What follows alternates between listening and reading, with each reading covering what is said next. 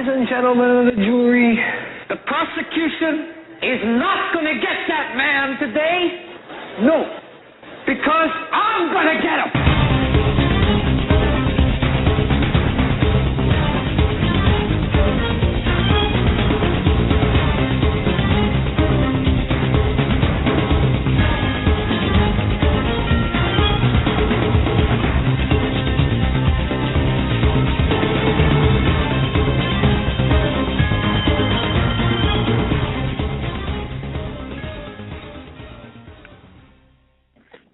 This is the Hagmann and Hagmann report for today, Wednesday, December 12th, 2012. That's 12/12/12.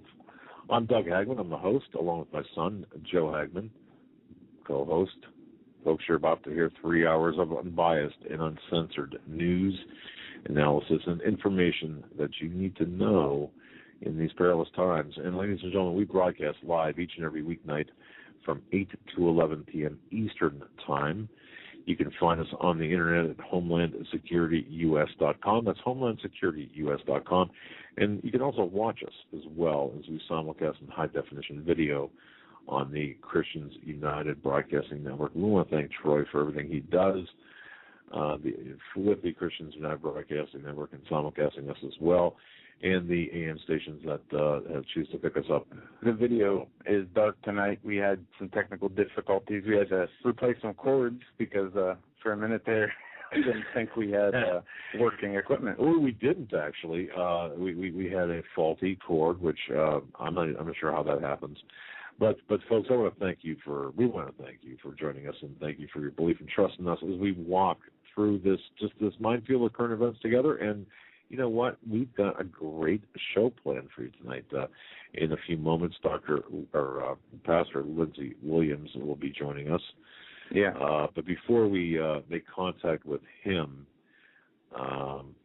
Joe, we got some news, some headlines here. Let's just touch on a couple of headlines of sure importance. And folks, we're not sure exactly how long Pastor Williams is going to be with us. He's going to be joining us here in a few moments. So we don't know if it's going to be for an hour or 2 hours. We just don't know. So let's just touch on a couple of the headlines, and then we will come back to them following Pastor Williams' appearance. All right. A few things. First of all, in Syria, missiles have been fired. Syria fired Scud missiles at insurgents, says the USA. That is part of the ongoing battle and conflict we have seen in the Middle East, part of the reorganization of leadership. But more importantly here, the North Korea launch from the other day, the shuttle is tumbling out of control. Not shuttle, but the satellite. The satellite, I'm sorry, yes. The satellite, they say, the object that North Korea sent into space on Wednesday appears to be tumbling out of control as it orbits the Earth, U.S. officials told NBC. They say that part of it fell in, two parts fell. One part fell in the Yellow Sea, the second part in the Philippine Sea. And I got to tell you, you have to wear a hard hat when you're out there walking with all the space junk that falls. More importantly, in a statement, the White House said the rocket launch was a highly provocative act that threatened the regional security and violates UN resolutions. The United Nations Security Council on Wednesday considered the launch, calling it a clear violation of UN resolutions. A spokesman for the UN Secretary General Ban Ki-moon said he deplores the launch. Also, there is a headline on the Drudge Report here. I did not read it, but it says, U.S. hesitant in condemning North Korean launch. Wow. Well, this is the Obama administration is drawing no red line for North Korea after a successful long-range rocket test, tempering the public condemnation to avoid raising tensions or possibly rewarding the reclusive communist nation with too much time in the global spotlight. But either way, the thing is coming down a crashing. But more on that probably another day. This story I want to hit because it is important. It goes to the where we are as a society, the crazy things that are happening. Father carves pentagram into son on 12/12/12. A Richland Hills man has been arrested and charged with assaulting his son after telling a 911 operator he carved a pentagram into his 6-year-old son's back. Just after midnight Wednesday, officers were dispatched to the home of the 3700 block of Ruth Road after the boy's father, identified by police as Brent Troy Bartell, called 911 and said, "I shed some innocent blood." When the dispatcher asked what the men meant by that, he replied, "I inscribed a pentagram on my son." The dispatcher went on to ask why, and the man said, "It is a holy day." Just absolutely terrifying behavior, satanic behavior. What would possess a man to do this to his son? The kid is going to be okay. Box cutters were used, and I can only imagine what is wrong with this person. I want to know what the motive was, why he would do this. If he was normal before he did this, if there were signs leading up to him being a crazy, what would provoke a man to do such a thing? And I'm going to... Well, look, folks, weird things do happen, and, I can't explain it. Boy, and we do have a lot of news to talk about, but while we are getting Pastor Lindsey Williams on the phone, I just want to talk about one thing here real quick. And Joe's bringing up the pastor. I had spoken to a couple of individuals about our current economic situation, about where we find ourselves. And I did that on there. So, we got sound effects and everything. But I'm going to keep talking. We as Americans realize... Thank you for calling. This is Lindsey Williams. I do want to talk with you, but I am on the phone at this time. Please leave your name and your phone. And I cut him off there. How is this for professionalism, folks? I mean, this is live radio. Yeah, really, it's funny. We'll try him again in a second. Well, I do want to, like I said, I want to talk to you about this. Yeah, I think we as Americans, when we look at the economy and where we're at with things, we realize the utter contempt which the network of our leaders have for us as ordinary people. Human beings, we're being treated like animals. We're being treated like sheep, like cattle. We're en masse as helpless puppets on an international global chessboard where the giants of economic and political power subject us to wars, revolution, civil strife, confiscation, harassment, subversion, surveillance, indoctrination. I mean, you name it, manipulation, and outright lies and deception, just as it suits them, as it suits their fancy. And that's fine. And I'm going to talk through the rings. And you have seen where... Good evening. This is Lindsey Williams. Hi, Lindsey. Pastor Williams, hold on just 1 second here. You are live on the air. I'm just going through one thing, and I'm going to bring you on here. Thank you. All right, sir. But as Americans, we do realize the globalists have utter contempt for us, and we are being treated as cattle, as sheep, as helpless puppets, and we are pawns on the international chessboard where the giants of economic and political power subject us to their wars, to their revolutions, to civil strife, to everything you can think of, everything bad, to surveillance, to economic subversion. And this is going to be a topic which we're going to be talking about tonight. They're subjecting us to forced debt creation, which is something Pastor Williams, when we bring him on, is going to be talking about. They're subjecting us to economic strife like we've never seen in the history of the United States. Economic slavery. Economic slavery, that's right. The mass of the world's humanity is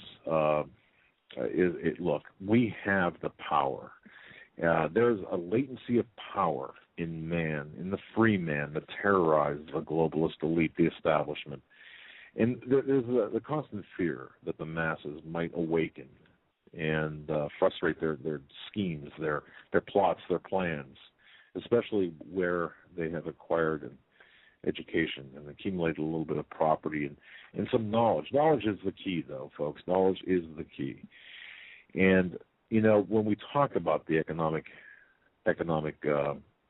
strife that we are facing and the unprecedented debt that we have and the demonic, satanic agenda of some of the globalists out there, the pawns that we are, you know, it immediately makes us think of people who we can contact and people who we can talk with to bring on the air to help you, our listeners, to help us understand exactly what's going on. And, you know, as our program reaches now 41 countries, and we've celebrated our 200th show and our now download over 2 million downloads of our broadcast, archive broadcast, we can't think of a better person to bring on than Pastor Lindsey Williams. And Lindsey Williams, folks, in case you don't know, Pastor Williams is an ordained Baptist minister. He went to Alaska back in 1970 as a missionary, and while there he found out about the Trans-Alaska oil pipeline, and he got involved as a volunteer pastor, as a volunteer chaplain. And because of his love for the United States and concern for the spiritual welfare of the 25,000 plus workers on the pipeline, Pastor Williams volunteered to serve as chaplain with the full support of the pipeline company itself. And it was there, under those circumstances, that Pastor Lindsey Williams had rubbed shoulders with some of the most powerful, some of the most elite people in the world. And because of his time there, and because of the friendships and camaraderie formed while there, Pastor Williams had extended the friendships long past his duty there and kept up the lines of information. And, folks, you've heard him on Alex+Jones. You've heard him in numerous radio programs. And we are so proud, very, very proud, to have with us on the Hagmann and Hagmann Report Pastor Lindsey Williams. Pastor Williams, welcome to the Hagmann and Hagmann Report. Joe and Doug, it is a privilege to be with you tonight. Thank you so very much for allowing me to be on your show. I think this is, the second opportunity that I've had the privilege of being with you? You know what? I think you and I were back-to-back on Alex+Jones. I don't think I don't think you've been on our program before, but yeah, I don't think so. I don't think so. It could have been somewhere else, Pastor. But God bless you for coming on. And I know, folks, and Pastor, I know you've got some information after the election, and this is what caught my eye. After the election, you came into some information, and because of the information that you came into, it was so heavy. And I heard you talk about this with Alex+Jones, that you created a 3-hour, 29-minute DVD, and from that, another 2-hour and 50 minutes DVD. The first DVD is called The Next 4 Years, and the other one is about how to survive the next 4 years. And those are available via your website, lindseywilliams.net. And, of course, we'll be talking about that later. But I just want to thank you for sharing the information you've learned since the election to help all of us, the average guys, the average people out there. I want to thank you for helping us. And, once again, just welcome to our show.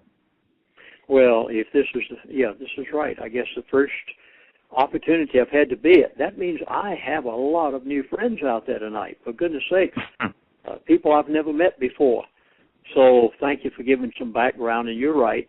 I've been the pastor of a church for 12 years.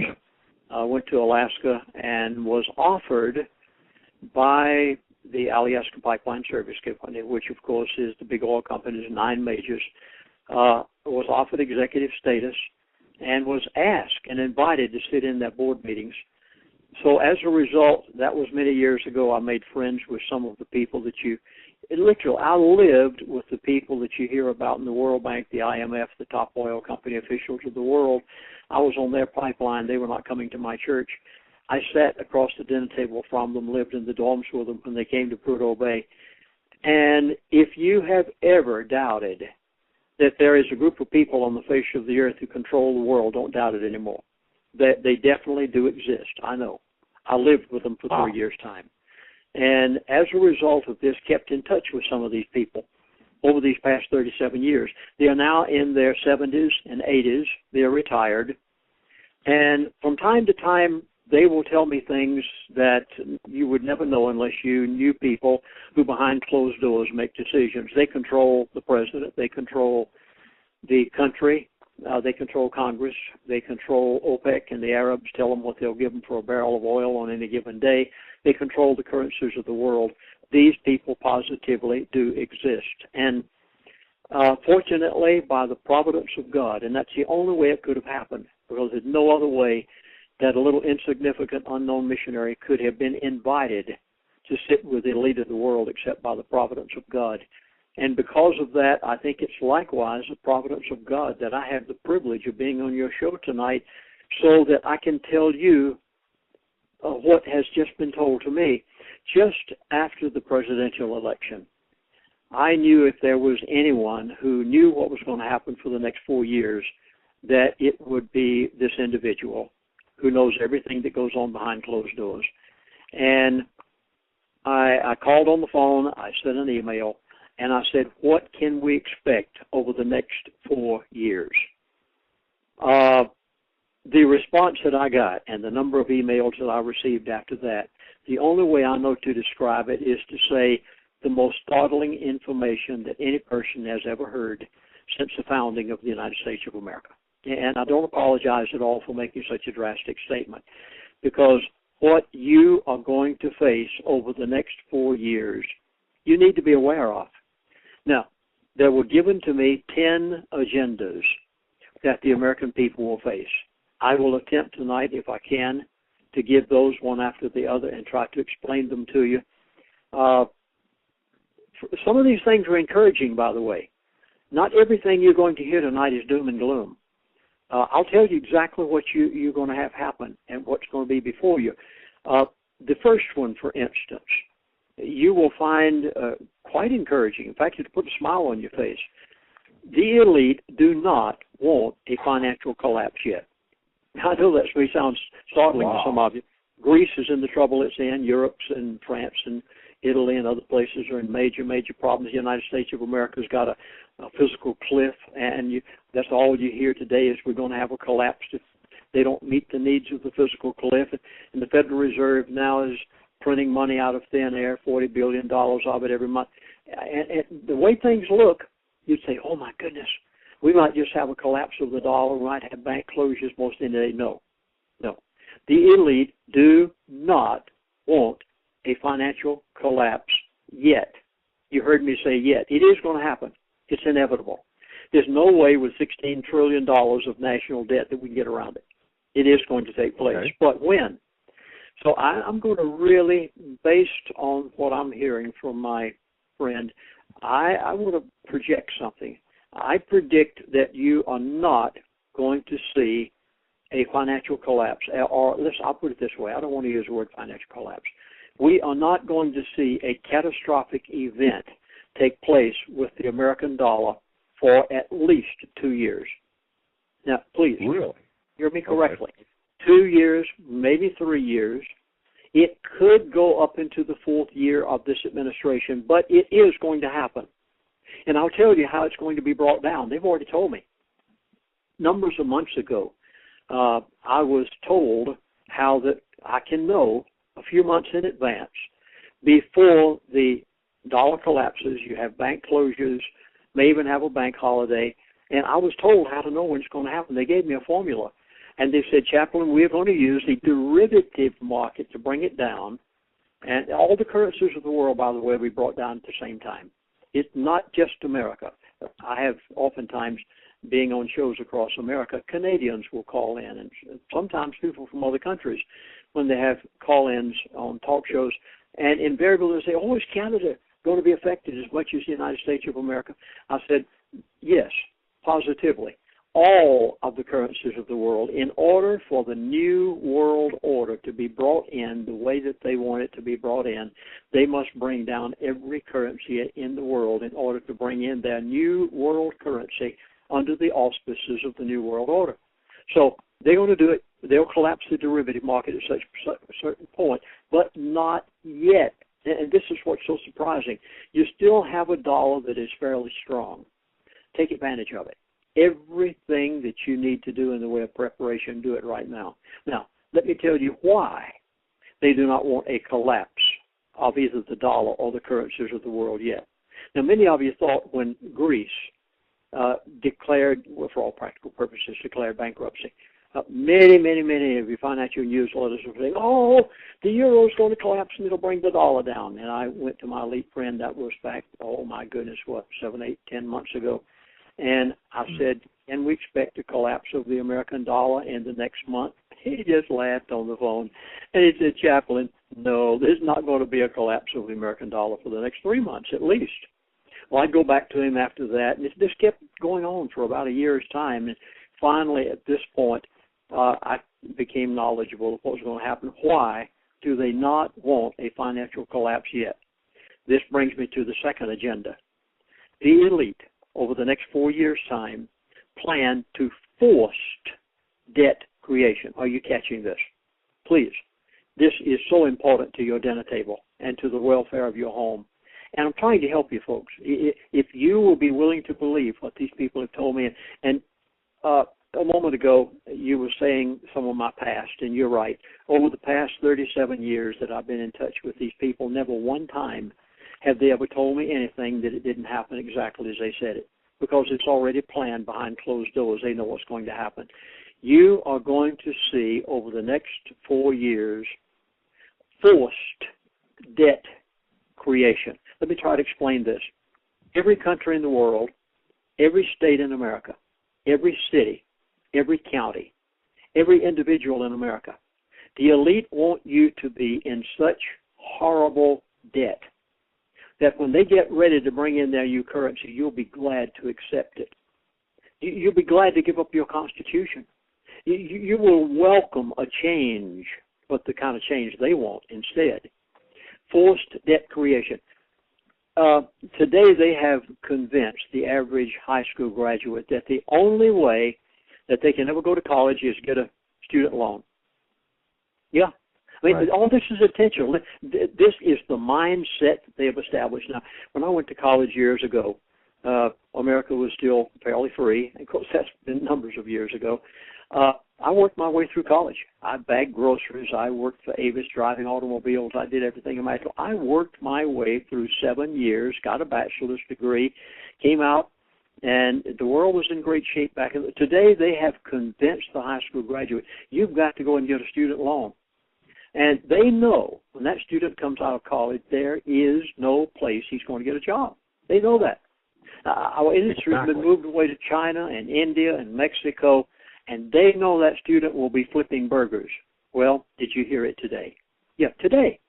I hope you, I very seldom, I don't listen to the news much, but I caught this today, and I am still sitting here literally appalled. Today, the 12th day of the 12th month of 2012, Mr. Obama announced today that when a student graduates from college, if that student will go to work for the federal government and will promise to work for the federal government for 2 years, that they plan to forgive that student loan. And today, do you realize what socialism this is? Yeah, that was announced today. That's part of the physical cliff package. You can't imagine what's going to be in this physical cliff. It is the hype.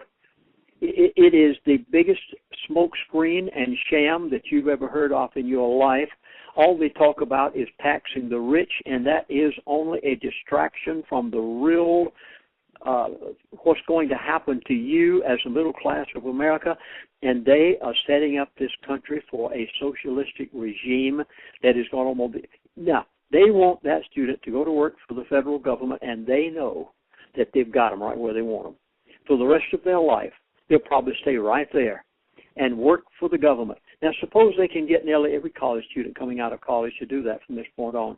Do you realize what a socialistic system will have? Everybody will work for the system. Everybody will work for the government.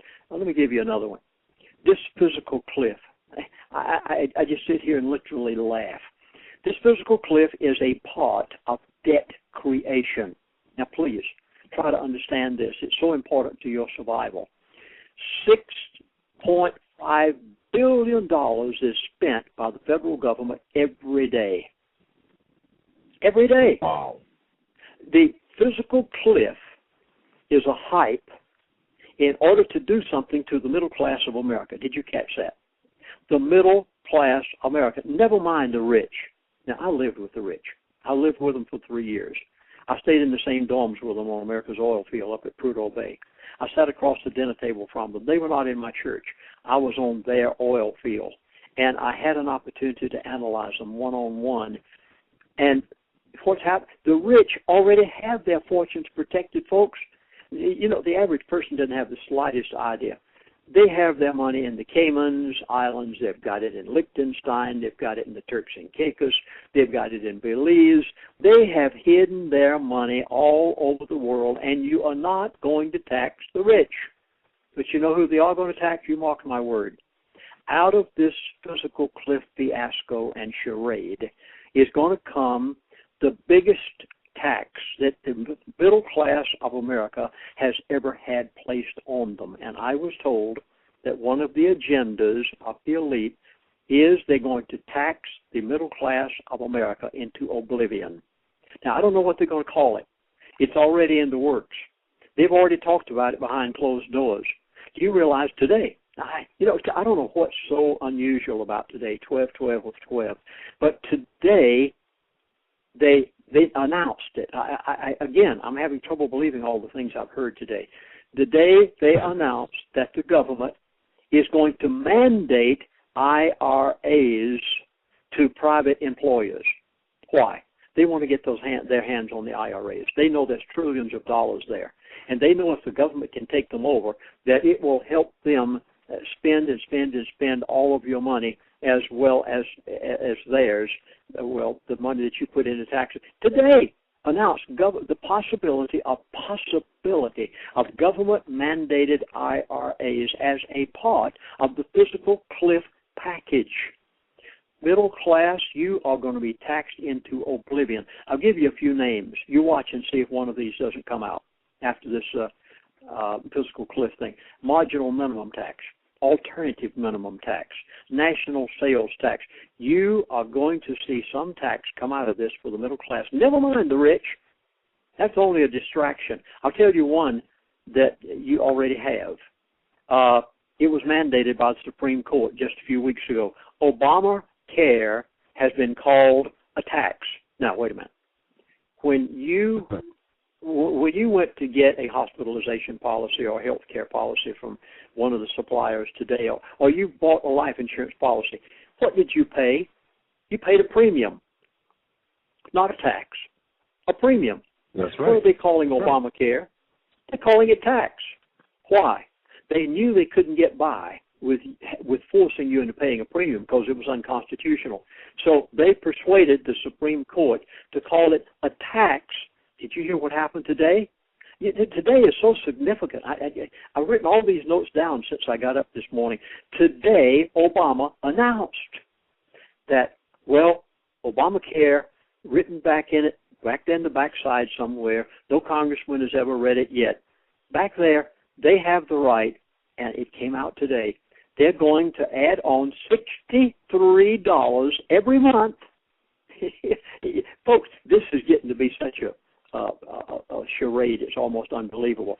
Not only the Obamacare tax that the Supreme Court said you have to pay beginning approximately a year from now, they are going to tack on an additional $63 per month for every person because of pre-existing conditions. Now, how many more things are hidden? How many more things are hidden back in the Obamacare legislation that nobody has dug into yet and know what it is? This is an excuse and a method of creating massive debt on every person in the middle class of America. You heard it. It was 4 days ago, I think it was. Walmart came out and said, we can't do it. Walmart said, stack them high, sell them cheap, but it just won't work for us to pay Obamacare. And in the Obamacare legislation, it states that anyone who works less than 30 hours is part-time employment. And Walmart said, we can't pay it. We can't pay Obamacare tax. We are going, everybody that is not management personnel, Walmart plans, now this is America's largest retail employer, and Walmart says we're going to cut every person except management personnel only. We're cutting them all back to 30 hours, less than 30 hours per week. Tell me anybody that can possibly afford an apartment or a house payment and gas in the gas tank and food and clothes and still work less than 30 hours a week. You can't do it. Do you realize that this is a part of what my elite friend told me? Folks, you are going to be taxed into oblivion as the middle class of America, and it's already planned. They want you there. They want to get you to the place that when your children are crying, you'll say, listen, I'll do anything. Just give me a new currency. I'll give up my Constitution. Just give me some relief from all of this that the congressmen and politicians have done. Sure, they have. They've been the biggest traitors in the world. But they also realize what's happening, and every one of them are paid off by the elite. And you mark my words, the agenda, one of the agendas of the elite, is forced debt creation over these next 4 years. Well, I've only gotten into 3 of them here so far. Wow. I don't know. Either one of you need to step in for a moment before I go any further? Well, Joe, go ahead, Joe. No, I just want to say something. I've heard you on the Alex Jones show many times, and you've always said that it's not going to be a problem of lack of food on the shelves. The problem will be the inability of people to afford that food. And this is reinforcing what you were stating earlier. And Chaplain, you've been saying this now for a number of years. It's coming to pass right now before our very eyes. I don't know how anyone can question this. The target is the middle class. We're going to be taxed to oblivion. No one can work under 30 hours and pay mortgage payment, car payment. No. It's just not going to. I mean, you could work 3 30-hour-a-week jobs perhaps and get by, maybe. But the target, indeed, what you're saying, though, the target's the middle class. And what you're saying, if I hear you right, Pastor, what you're saying is the collapse of the dollar is not yet ready because the elite aren't ready because they're not done with us yet. They're not done sucking all the money out of us yet. Is that what you're saying? Yes, that's correct. Back about 3 years ago was the first time you heard me say this on a talk show. And I'd been on the phone with one of my friends one day, and he said, Chaplain, there's not going to be any shortage of food and water on the grocery store shelves. Now, you were hearing back in those days, 3 years ago, 4 years ago, all the survivalists were saying, oh, we're going to have a shortage of bread, we're going to have a shortage of wheat, we're going to have a shortage of food. Well, I was sorry to have to disagree with them, and some of them are my very close friends that own businesses for survival preparedness. And I came back and I said, no, there is not going to be a shortage of food or water on the grocery store shelves. But I said, you may go hungry. And at the time I wondered, what? And I said, what do you mean? He said, Chaplain, the purchasing power of your dollar is going to depreciate so much that you will have the food and the water. He said, the food will be on the grocery store shelves. They said, we can bring that in from anywhere in the world. He said, if there's a problem with agriculture in Florida, we bring it from somewhere else. If California has a failure or a problem, we can fly it in or bring it in by ship from anywhere. He said, there's not going to be any shortage. Well, that was 3 years ago, and some of the people said, you're crazy. But it's happened. 3 years have gone by, and the grocery store shelves are still full. Produce department is still there. Plenty of water on the grocery store shelves. But your dollar is diminishing in its purchasing power so much every month that it's going to get to the place that you, one of these days, will go hungry, even though there's plenty of food and water on the grocery store shelves. I want to give you a formula. This brings me down to the next agenda of the elite. I want to give you what I'm going to call devaluation formula. Now, again, I am begging you to please listen to my elite friend and hear what they're saying. I am not trying in any way to cause you, I don't want to cause you fear, and I positively don't want you to lose sleep over this at night. I am trying to inform you so that you can take action and save yourself great heartache. And again, as I said earlier in the program, I feel so honored that years ago God would allow me, by His providence, to know some of these people, so that over these years I've been able to save many, many people great heartache. Now let me give you a devaluation formula. And using this, after I finish, I want you to take your calculator right there in your house. You don't have to have me to do this for you. I'm going to give you the formula. You go from there. You take the calculator right there at your house, and you figure, based on this devaluation formula, how long it will be that you can maintain the lifestyle that you have right now without making a drastic change. Okay, here we go. Put down 3%. Right at the top, put down 3%. That's what your currency is devaluing every day because of what the Federal Reserve did on September the 13th of 2012. You heard Mr. Bernanke make the statement. You didn't understand what he was saying maybe, but you heard him make the statement. He said the Federal Reserve is going to buy $40 billion worth of mortgage-backed securities every month, indefinitely, from this point on. Every single month, because of them pulling $40 billion out of thin air. Nothing to back it. Nothing. Not even T-bills. Nothing to back it. Yeah. They're pulling $40 billion out of thin air. The Federal Reserve is not even an agency of the federal government, and they are buying your house mortgage from the lending institution that you borrowed the money from. Maybe it was Bank of America, maybe Wells Fargo, whoever it is. They're buying your house mortgages. They're buying your church mortgage. They're buying the shopping center mortgage, $40 billion every month, and that automatically depreciates your currency by 3% every month they do it. Now, put down the second item. Wow. There is coming a major tax. There's coming a major tax for the middle class out of this physical cliff. Mark my words. They haven't told you about it yet, but it is. Now, so put out the Washington Post. Yeah, go ahead. Today, about $45 billion a month. The Federal Reserve to spend $45 billion a month to buy bonds. Links rate hike to 6.5% unemployment. This is from the Washington Post. They announced today that they are going to continue doing this. $45 billion a month in printing. That's in addition, Pastor, to the $40 billion that Bernanke announced in September. But so it's unbelievable. Okay, I'm sorry, we didn't mean to interrupt. Major tax on the middle class, number 2. Go ahead.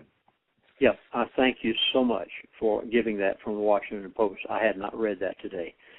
I was so startled by all the other things I've heard today until I didn't even have time to go to that source. My goodness. Okay, now, Go ahead. Add on the taxes that are going to come out of the physical cliff. I don't know what it's going to be, but it is going not to be pretty. Thirdly, add on Obamacare. That's right. Approximately a year from now, you're going to have to add on Obamacare tax, whether you like it or not. Now, the next item you want to add to that list of devaluation formula, you've been to the grocery store lately. You know that the price of groceries are going up. Put down what you think, what percentage you think those groceries are going up every month, and add that to the list. Then put down inflation. This is a known figure. Even the governor admits to this. Put down inflation of 7 to 9% per year, which would be about 1% to 1.5% per month. Put that down, if you will, and add it to all of this, plus the fact if you are not management personnel, your paycheck or your work week may be cut down to less than 30 hours because of Obamacare. Now, you add up all those things, if you will, for me. Come on. Now, take time right now. You add those up. Now, how many percentage do you come out with? Whatever it may be, you figure it right there in your house. Now, how long will it be at that percentage of devaluation of the American dollar every month? How long will it take before you can't afford to put food on the table, clothes on the back of the family, gasoline in the gas tank, and pay the house mortgage at the same time. And when those children are crying for food and your family is saying, we need some food in the house, what is the one thing that you are going to not do? You won't pay the house mortgage. That's right. I mean, that's what so many Americans have done lately, and that's exactly what they want. Folks, did you hear me say earlier in the program, forced debt creation? Did you catch those words? Maybe you didn't realize the significance of it. Forced debt creation. This is what they're doing. They want you to default on that house mortgage so they can come in and say, well, we'll have to repossess, and then they, the New World Order, will turn around and rent it back to you the rest of your life and to your children. It is all a part of bringing in their total control. The name of the game is control of the New World Order. New currency, give up your status as American as you've known it in the past, become a part of the New World system, and every bit of it is falling right in place right now. Next agenda. Oh, I hope you're writing these down. The debt limit, mark my words, is going to be suspended. Every few months, Congress has to come back. The President and Congress fight, and that's the reason for the fiscal cliff right now, as to who's going to get their way, Democrats or Republicans, and it's getting to be such a utter absurdity. You mark my words, it's already been suggested by Timothy Geithner of what do you call it? Anyway, it's already been suggested that we just do away with the debt limit altogether and just let Congress spend anything they want to spend. So mark my words, you'll probably see that happen shortly. Next agenda. The dollar will be phased out over the next 4 years. Now, folks, please keep in mind, the things that I have been given are things that will happen over a 4-year period. You're not going to see all this take place tomorrow morning or next month or the next month. You're going to see it gradually take place over a 4-year period, and I want to prove to you what I just said. You saw the first evidence of it 2 weeks ago. The dollar will be phased out over the next 4 years' time, and it will lose so much of its purchasing power that when the New World Order steps in and say we have a new world currency, people will be right ready to receive it. It happened 2 weeks ago, one of the first evidences of this. Now, you heard that the President of the United States of America was going to Southeast Asia. Oh, my goodness, did the national liberal media build this up? He is going over there to the Regional Comprehensive Economic Partnership meeting, and we are going to create so many jobs for America. Oh, I mean to tell you, for about a week's time on almost every liberal media newscast, you heard about the President's trip to Southeast Asia to meet with those 15 nations. Well, he came back last week. Oh, yeah. Did you hear peep? No. You didn't hear one word. I mean, they didn't even indicate he had gotten back home yet. You heard it from other sources. Why? I won't tell you what happened over there. You need to investigate this for yourself. Our president did go with all of his entourage, 15 Asian nations, which comprised 1/2 of the world's population. Did you get this? 1/2 of the world's population. They called it the Regional Comprehensive Economic Partnership. And there was China, India, Japan, South Korea, Australia, New Zealand, 3 billion Asians comprising 50% of the world's population were meeting to decide how they were going to carry on their finances in trade and purchase and sale from this point on. And when our president got there, he asked for America to be a part of that economic partnership. You know what they told him? They said, Mr. President, get back on your 747 airplane and go back home. We don't even want you around. I mean, they did. They literally told him to get on his airplane and go home. They said, we don't even want you as a member of our Regional Comprehensive Economic Partnership.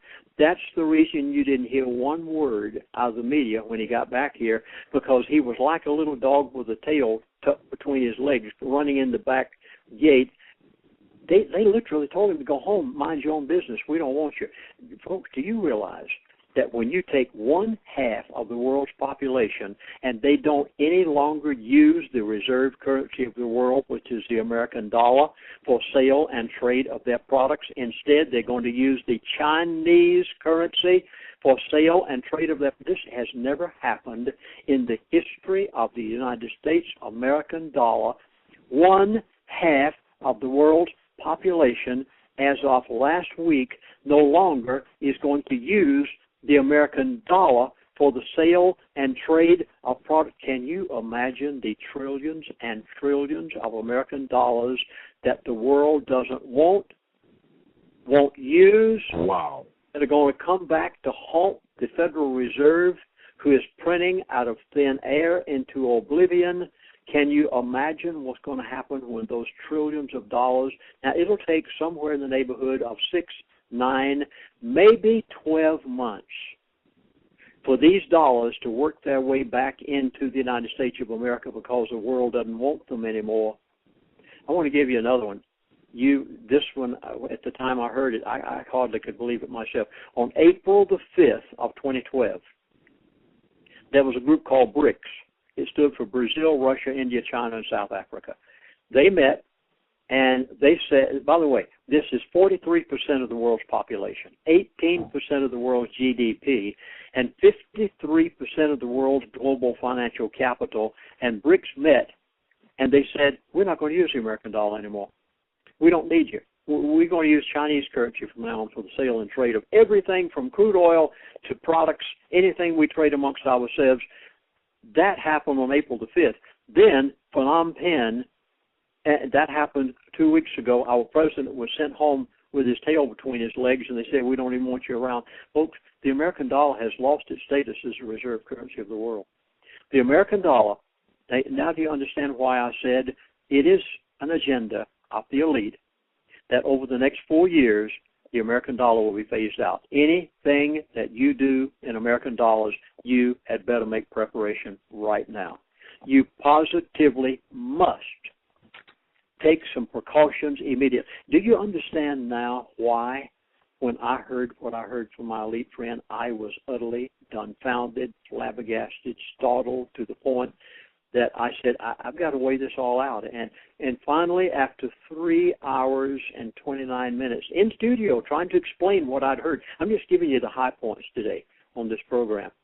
And when I got through with that 3 hours and 29 minutes of just telling what I had heard, the information I'd been given, I said, I can't do this. I said, there's no way I can do this. You know, I was a pastor of a church for 12 years. Same church, Grace Baptist Church in Hollywood, Florida. And when you pastor a church for that many years, you have a pastor's heart. A missionary for many years in Alaska. You have a heart for people. And when I finished hearing what I heard and putting it on DVD, I said, I can't do this. I cannot stop here. I said, I cannot leave the American people hanging here. I called 2 of the most prominent people I know in America in the financial field. And I've met a few as a result of the elite. And I called them and I said, I need some help. One of them is a Wall Street insider of many years ago who finally became so disgusted with Wall Street and its corruption that he bowed out. But he knows everything that goes on behind closed doors. But yet he's an honest man. He's a Christian. And I said, would you help me tell the American people solutions as to what they can do in light of what I've been told? He knows me well. We've been together a number of times. He said, yeah, I will. I called another friend of mine in the financial world. I mean, prominent, very well known. And I said, would you help me? These 2 men and I went before the cameras, and we produced a 2-hour and 50-minute presentation of nothing but solutions. Did you catch that? No doom and gloom. We don't even talk about the problem. I already told the problem in my first DVD series of 3 hours and 29 minutes. In the second one, we do nothing but tell you how to survive, what to do, what investments to make, where you can go for help, how you can find a solution to the problem of the next 4 years. Nothing but solutions. I told my friends before we ever got together, I said, now I want you to come to the studio prepared to give a solution to the millionaire. I said, we're not going to leave them out either. I said, I want you to have a solution for the middle class. I want you to have a solution for the man on the streets. I said, we want to do something we've never done before and give solutions to every person out there in light of what they're going to face. And I've never produced anything like this before. 2 hours and 50 minutes of nothing but solutions beginning to end. Are you beginning to realize why I had to do that in light of the things that I've heard? Okay, let me go to the next agenda. There are some factions out there right now that you're going to see play out. You won't find this anywhere. You're hearing this probably, many of you, for the first time on this program. There are 3 factions right now that you must know about. Once you know about them, you can watch them. You know, it's what you don't know that's going to hurt you so much. And what you do know will only help you. So I want to explain these to you, and then you watch them. Number 1, we have the old-fashioned elite. George Herbert Bush, Daddy Bush, of many, many years ago, one-term president after Reagan, Mr. New World Order himself. And you've got Henry Kissinger and all those that we've known about for a long time who are a part of the old-fashioned, hardcore New World Order elite. Now, you've got that faction. Secondly, you have a president that has been reelected for a second term that is totally out of control. Let me explain. In the first 4 years of Mr. Obama's administration, he double-crossed the elite numerous times. And I was on the phone with my elite friends, and oh my goodness, was I getting an earful over the past 4 years. You remember that when the pipeline was going across Canada, Mr. Obama said, nope, the United States won't have anything to do with it. They were livid. They had to have that pipeline across Canada. Then Mr. Obama forced through the Dodd-Frank bill, a banking regulation bill. They didn't want it. Oh, were they angry. Then Obama refused to open up public lands for oil exploration. He literally double-crossed the elite numerous times. And from time to time, I'd be on the phone with my elite friend, and they were so angry you couldn't imagine at this president who had intentionally double-crossed them in favor of his Muslim Brotherhood friends. That's right. He wanted oil brought in. He still wants us to be reliant on his Muslim Brotherhood friends. And now he's back in. Keep in mind something. The elite think they're God, but they really aren't. They just think they are. They don't always get their way. They didn't want Mr. Obama back in office, but he got in. The American people elected him, and he had double-crossed the elite so many times. They know in the next 4 years that they have a man that's like a bull in a china shop. He is totally out of control. They're going to have their problems with him. That is the second faction that you're facing right now. I'm trying to explain why you must understand these factions. So thirdly, you have something new that I have never heard the word before. But recently, one of my friends said to me, he said, Chaplain, we've got a renegade elite out there. And I said, what are you talking about, a renegade? A renegade elite. Okay, Phnom Penh, here is 1/2 of the world's population. They're opting out of using the American dollar. You had BRICS back on April the 5th of 2012. These are the ones that they are calling a renegade elite. Now, the elite have controlled them as long as anybody has known. Now, they're wondering, how can we bring about this control factor and bring in our new world order the way we want it? You've got a renegade elite. You've got 3 factions here. You've got the old-fashioned elite. You've got Obama, a president out of control. You've got a renegade elite that is concerning them to a certain point. Now, what's going to happen? This is what's so important to you, and the reason I had to explain it. You remember years ago you'd watch the old-fashioned Western movies, and you would see the saloon, and somebody in the middle of the saloon would overturn a crap table, and the whole saloon would break out in a fight. Now, whether you were at that table that was turned over or not didn't matter. You were in the middle of that fight, and there was nothing you could do about it, and you had to fight your way out. That's the old Western movies you used to watch years ago. Do you realize that that's exactly where you are as a middle-class American? You are caught right now between the old-fashioned elite, the New World Order. You're caught between an out-of-control president that's doing rash things. You're caught between a renegade elite that they know is rising up in power more by the moment. And you know who's going to hurt? The middle-class American is going to be caught in the midst of a fist fight that is not going to be pretty. And, folks, you'd better make preparation. You better watch very carefully what each of these three factions do, because you, as the middle class of American, are the ones that are going to be caught in the middle of that fist fight in that saloon, whether you like it or not. Well, I'm having to cover these fast. Let me go to the next agenda. At this point, Pastor, I've got to say, as far as political issues are concerned, I suspect we've seen the last of our presidential elections, given what you just said, the dollar going out, being phased out, and everything happening. We're not going to have any more elections, are we? Well, that was the next agenda, believe it or not. 38% of Americans receive some remuneration from the federal or state government every month, right now, today. 12 of 12. 38%. That it may be Medicare, maybe Medicaid, maybe Social Security, it may be a pension, it may be food stamps, it may be welfare. It may be that you work for the government and receive some payment every month, or maybe you own retirement and you own a retirement fund. 38% of all the people in the United States of America receive some sort of remuneration from the government every month. We have 50 million people on food stamps in America right now. 50 million. I want to give you the prediction. You ready? Please put this down beside your calendar. And 4 years from now, you're going to look back and say, Joe and Doug had a profit on this program that day. And you know what I'm going to tell you? I'm going to tell you, no, I'm not. This didn't come from dreams, visions. This didn't come from tea leaves or fortune tellers. This came directly from them who are doing it. And I'm just trying to help you. 4 years from now, I want to give you the figure. It's 38% right now that receive something from the government every month. 4 years from now, they already have it scheduled. It's already planned behind closed doors that 70% of the people in the United States of America will be receiving some sort of remuneration from the government every month. 70%. Let me give you some figures. In 1960, 1 in 60 people received food stamps in 1960. 2012, 1 in 6.5 people are receiving food stamps.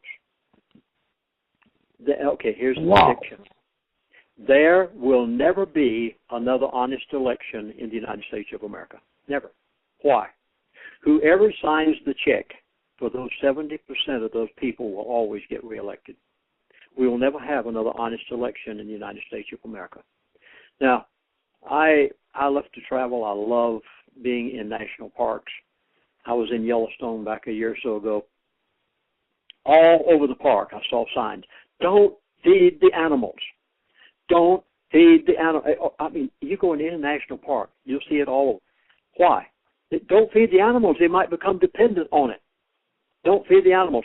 Do you realize that Washington should listen to the Forest Service? They will have 38 to 70% of every person in America getting something in the way of a handout from the government in some form within the next 4 years.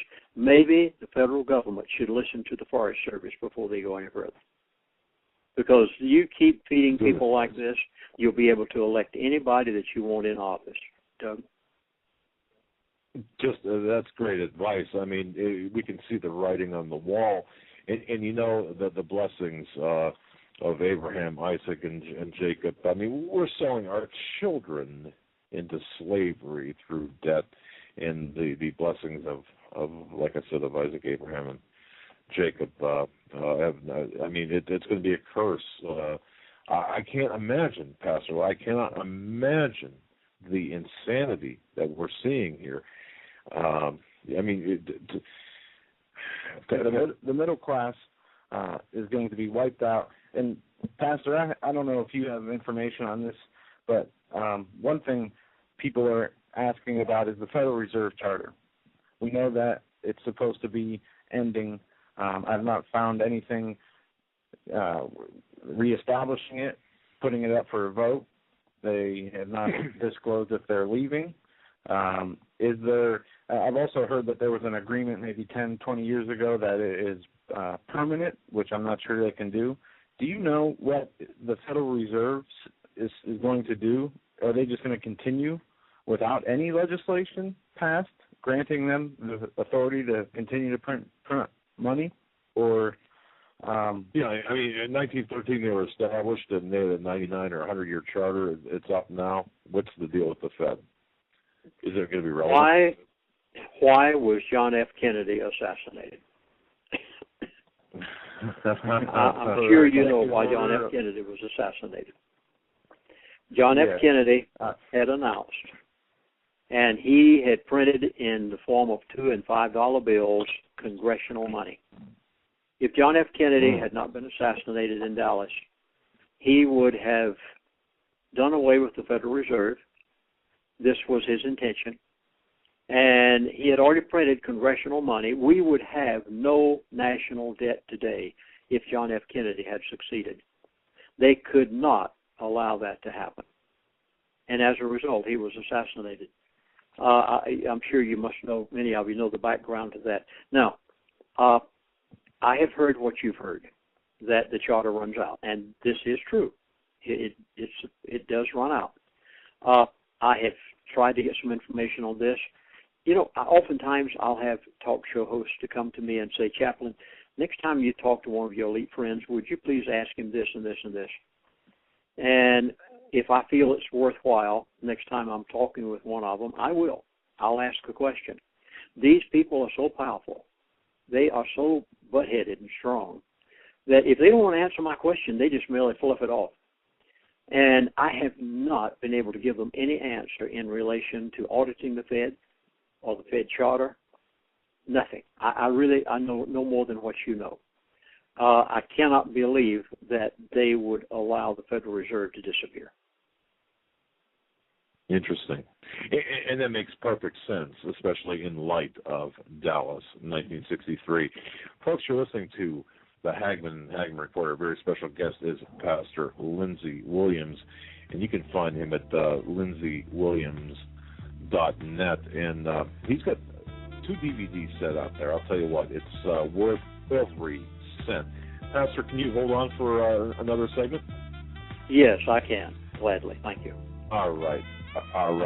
Folks, we're going to be back after about 3 minutes of messages. Stay with us.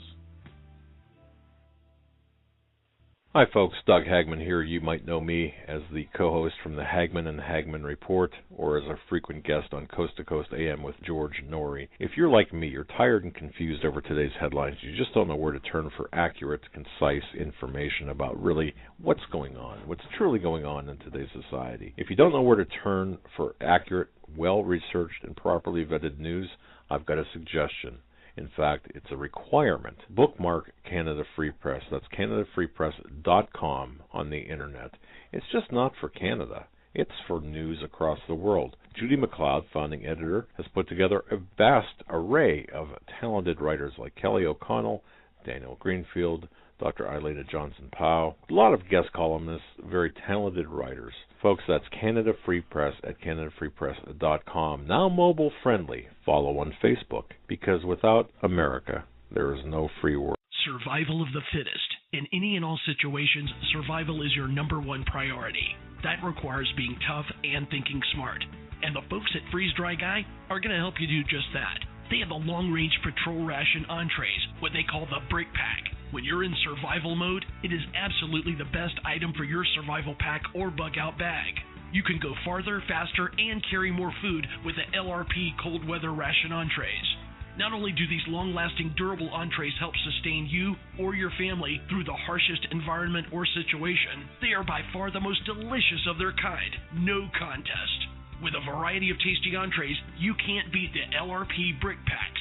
Let Freeze Dry Guy help you in your survival situations. Go to freezedryguy.com. That's freezedryguy.com, or call 866-404-3663. That's 866-404-FOOD. You better wake up fast and listen to this, America. The Obama campaign has launched attack squads disguised as truth teams dedicated to intimidating and silencing all political dissent carried over the internet that criticizes the Marxist Obama. Truth Squad specifically focused on covering up Obama's endless trail of lies, corruption, and subversion, and using the Gestapo power of our own government to police and censor the Internet and shut down websites that dare to carry the real truth about Obama's Marxist coup.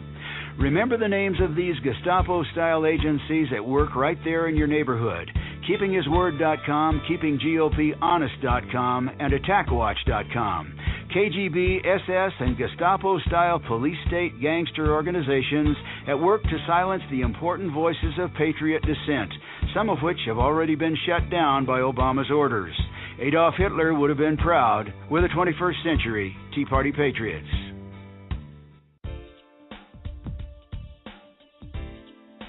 Hold on to your seat. The Hagmann and Hagmann flight is now taking off. Doug and Joe Hagmann have cleared the runway of TSA agents, jihadists, political crackpots, and global elitists. Now get ready for some real news. Here they are, Doug and Joe Hagmann.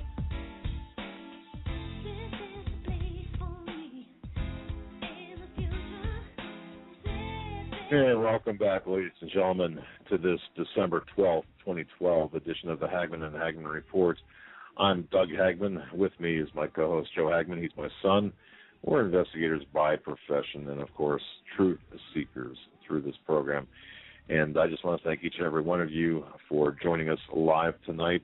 If you're listening to this via rebroadcast, I want to thank you as well. I hope everyone has got pen and paper at hand, because our very special guest tonight is Pastor Lindsey Williams, and I suppose, folks, you best know him as being a regular guest on with Alex+Jones, our good friend Alex+Jones. Of course, I've been on with Alex a number of times myself, and numerous other shows. Yes, Pastor Williams has been on a number of other shows. As a matter of fact, I received an email, Pastor, today. Are you back with us, Pastor? Yes, I'm right here listening. Okay. I'll tell you what, Pastor, I received an email from a gentleman, and I'm trying to find it here, that interviewed you back in 1984. As a matter of fact, his name is Walt Young, and he interviewed you in 1984 on WMEL in Melbourne, Florida, after you published your book, To Seduce a Nation. And Walt Young says that he still has the book, and he keeps it on his bed headboard as a reference, and that you were right on, and he's been following you. So he says, please give my best to Mr. Lindsey Williams. And I thought that was so neat that you've touched so many people, and you've been right on the money with your information for a number of years. It's a privilege, Pastor, to have you on the Hagmann Report. It's just fantastic. We certainly appreciate the sacrifice of time that you're giving us tonight. Well, Doug, it's all by the providence of God. I really can't take any credit for it, because I did not seek the position that I was given. I didn't ask for it. I never requested executive status with the 9 major oil companies. I did request to be a chaplain, but I thought only to the men. It had to have been the providence of God that put me in the board meetings with the elite of the world for those 3 years and allowed me to live with them and keep in touch with them now for 37 years. So we'll just give all the glory and praise to the Lord. I'm afraid I'm just an ordinary, everyday guy that puts on more britches just like everybody else every day. It's just that I happen to know the people who are doing it, and as a result have an opportunity to let you know what's happening in order to spare you a lot of heartache. Now, all those out in the listening audience, will you please jot this down for me? If you wish to get our latest presentations, my latest presentation is the next 4 years, and I give all the agendas that the elite have given to me. It took me 3 hours and 29 minutes to explain the information I had heard. Very in-depth.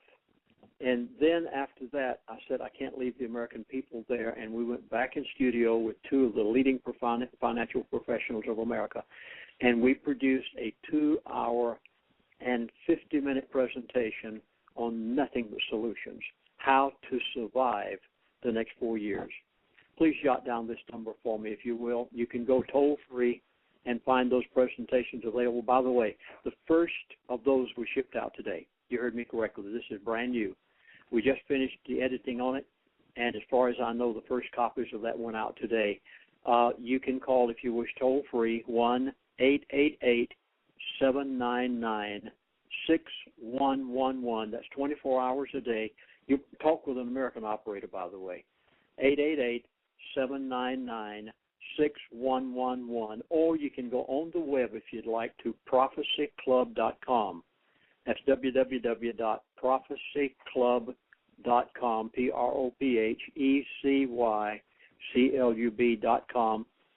and you'll find all of these presentations there, and I would urge you to get them. By the way, these are not copywritten. Did you catch what I said? They are not copywritten. I want you to copy them, give them out to everybody you can. Get an original copy, and then copy it and give it to everyone you can. We don't have time for greed. We must get the message out. So I'm begging you to get a copy of this. Copy it all you wish. Give it to people for Christmas. It will be one of the greatest Christmas presents you could give them, and that is the next 4 years and how to survive the next 4 years. So, Doug, it has been my privilege to be here tonight to at least let people know you do have something you can do about it. You do not need to suffer what the average people are going to suffer. In 1929 through 1933, there were many people who, during the Great Depression, made great fortunes. Not everybody stood in the soup line. There were many people who knew it was coming. They set their financial house in order, and as a result, they bought things for pennies on the dollar, and they made great fortunes back in those days. There is no reason for you to suffer. If you know what they're going to do and you take precautions right now, you can spare yourself a lot of heartache, and that's what I'm trying to help you do. One of them would be the next agenda, and you'll recognize the past, the present, and the future in this. Gold and silver. I was told a number of years ago that the currency of the elite is gold and silver, not paper. If it's written on a piece of paper, it's worth the paper it's written on. I do not sell gold, by the way, nor silver. You couldn't buy it from me if you tried, but I'm just giving you facts. In 2008, when Mr. Obama went into his first administration, gold was $800 an ounce. This is fact. 2012, this is fact. It's $1,700 and some few dollars today. By 2016, the price of gold is going to be at least $3,000 an ounce or probably more. You can't make that much in your IRA, your 401k. You can't make that in your mutual fund or your retirement fund. I hope that you will take warning and take advantage of what is the currency of the elite, and you can spare yourself a lot of heartache, Doug. Wow. Well, obviously, gold and silver have always been a commodity that rises in price, and it's a hedge against inflation. But what you're saying, though, we're going to see fantastic rises, obviously, with the devaluation of the dollar and the phasing out of the dollar. We're going to see fantastic rises in the price. But one question I have, Pastor, and this is something that I'm trying to work this through my head here. As this all comes down, what's it going to look like? What's it going to look like? For example, is this? I suppose what you're saying, the collapse, the phasing out of the dollar is going to be incremental. Is kind of the feeling I'm getting. Is that a correct statement? Yes, and oftentimes people ask me on shows that have call-ins. Many people have asked me lately, hey, Chaplain, you know the elite. You have their phone numbers. You can talk to them even yet. They said, why would the elite destroy their own country? Because you've heard me say on talk shows that the majority of the elite that I met are Americans. And they said, why would the elite destroy their own country? And my response is, the elite are not destroying their own country. You don't understand. You have to know the mindset and the thought patterns of the elite. I tried to describe it to you in my book, To Seduce a Nation. Please go to Amazon Kindle and get a copy of my book, To Seduce a Nation. It's out of print, but on Amazon Kindle you can get it, To Seduce a Nation, for just a few dollars. But you need to get it and understand the mindset of the elite. Now, what is it that they want? The elite are not destroying America. The elite are taking over America. The elite want to control everything. And basically, if I could put it in a nutshell, they want the dollar to collapse with the other currencies of the world. They want every person to be so strapped that they can come in, bring everything under that New World Order, their way, not with riots and all these. I keep trying to tell people, the elite don't want riots. The elite want to gradually bring in the New World Order their way, and after they have total control, they will bring this country and much of the rest of the world out of its chaotic condition under the auspices of the elite, under the auspices of the New World Order, and it's only a matter of a control factor.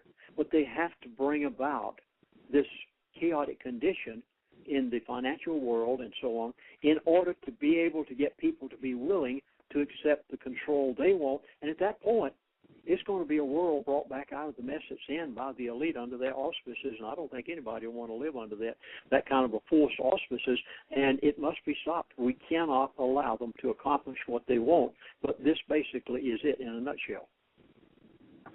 Pastor Williams, I have a question, and a few people in our interactive chat are asking this. You have had a close relationship with the elites, and you say they are your friends, and you share information with the public. People wondering what is the reason they allow you to share that information. Is it they tell you you're allowed to share so much information? Is there threats against you for sharing this information?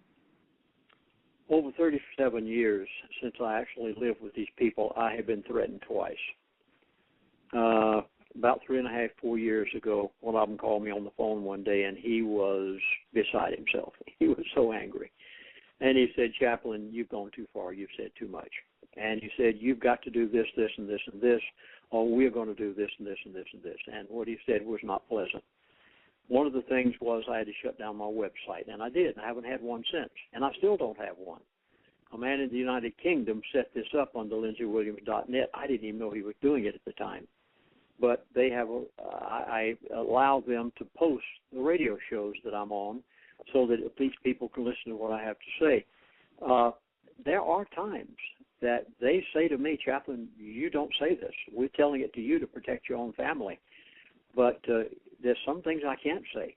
But there are many things that I can in order to help everyone I can. Now, when I lived with the elite, one of the things I learned early on, keep in mind now, I've been a pastor of a church for 12 years. I did many, many counseling experiences. I have graduated from college with a bachelor's degree.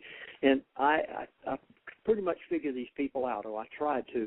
One of the things I learned early on with the elite is they do have a code of ethics.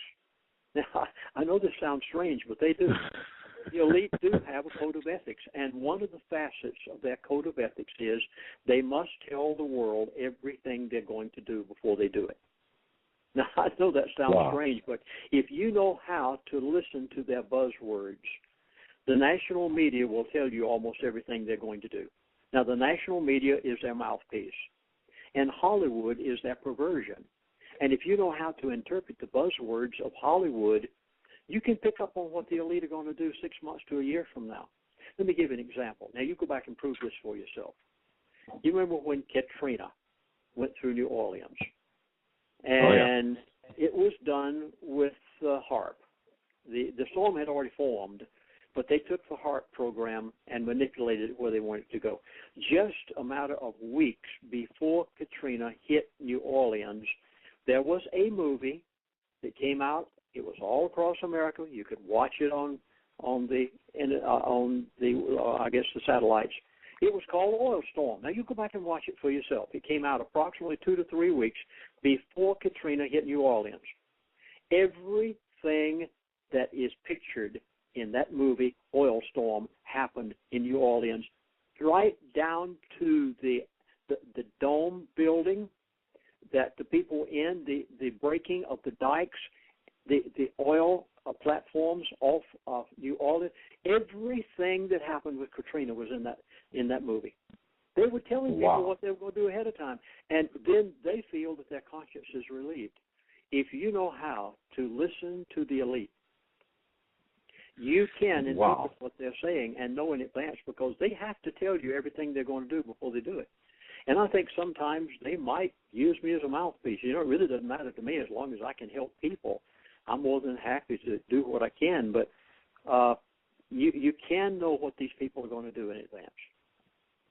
Yeah, well, that was my next question, was just, do you think that they're using you to put out information that they want to get out? Yeah. Not even disinformation, just certain information to lead the public or the aware people in a certain direction. But he answered. Yeah, I think you did answer that. Pastor, and I want to be very respectful of your time, because, of course, I know you've done radio shows today, and my goodness, you're so gracious with your time. But let me ask you this question.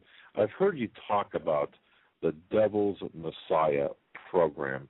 Can you talk a little bit about that?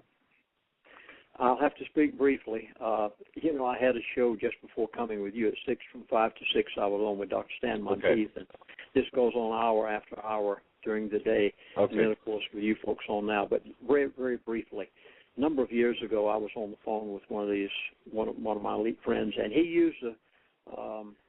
used an expression in the course of the conversation that's fascinated me. He used the expression "Devil's Messiah," and I couldn't understand it. I didn't know what he was saying, and I still don't know all the depth of it. But I went back in a few moments in the conversation. I said, wait a minute, I need to ask you a question about an expression used a few minutes ago, Devil's Messiah. Now, first of all, let me tell you what this is not. This is not the Antichrist of the Book of Revelation. This is not a man. This is an agenda. This is a plan. If you happen to talk with one of the elite and you use this expression, they would know what you were talking about. It's their buzzwords.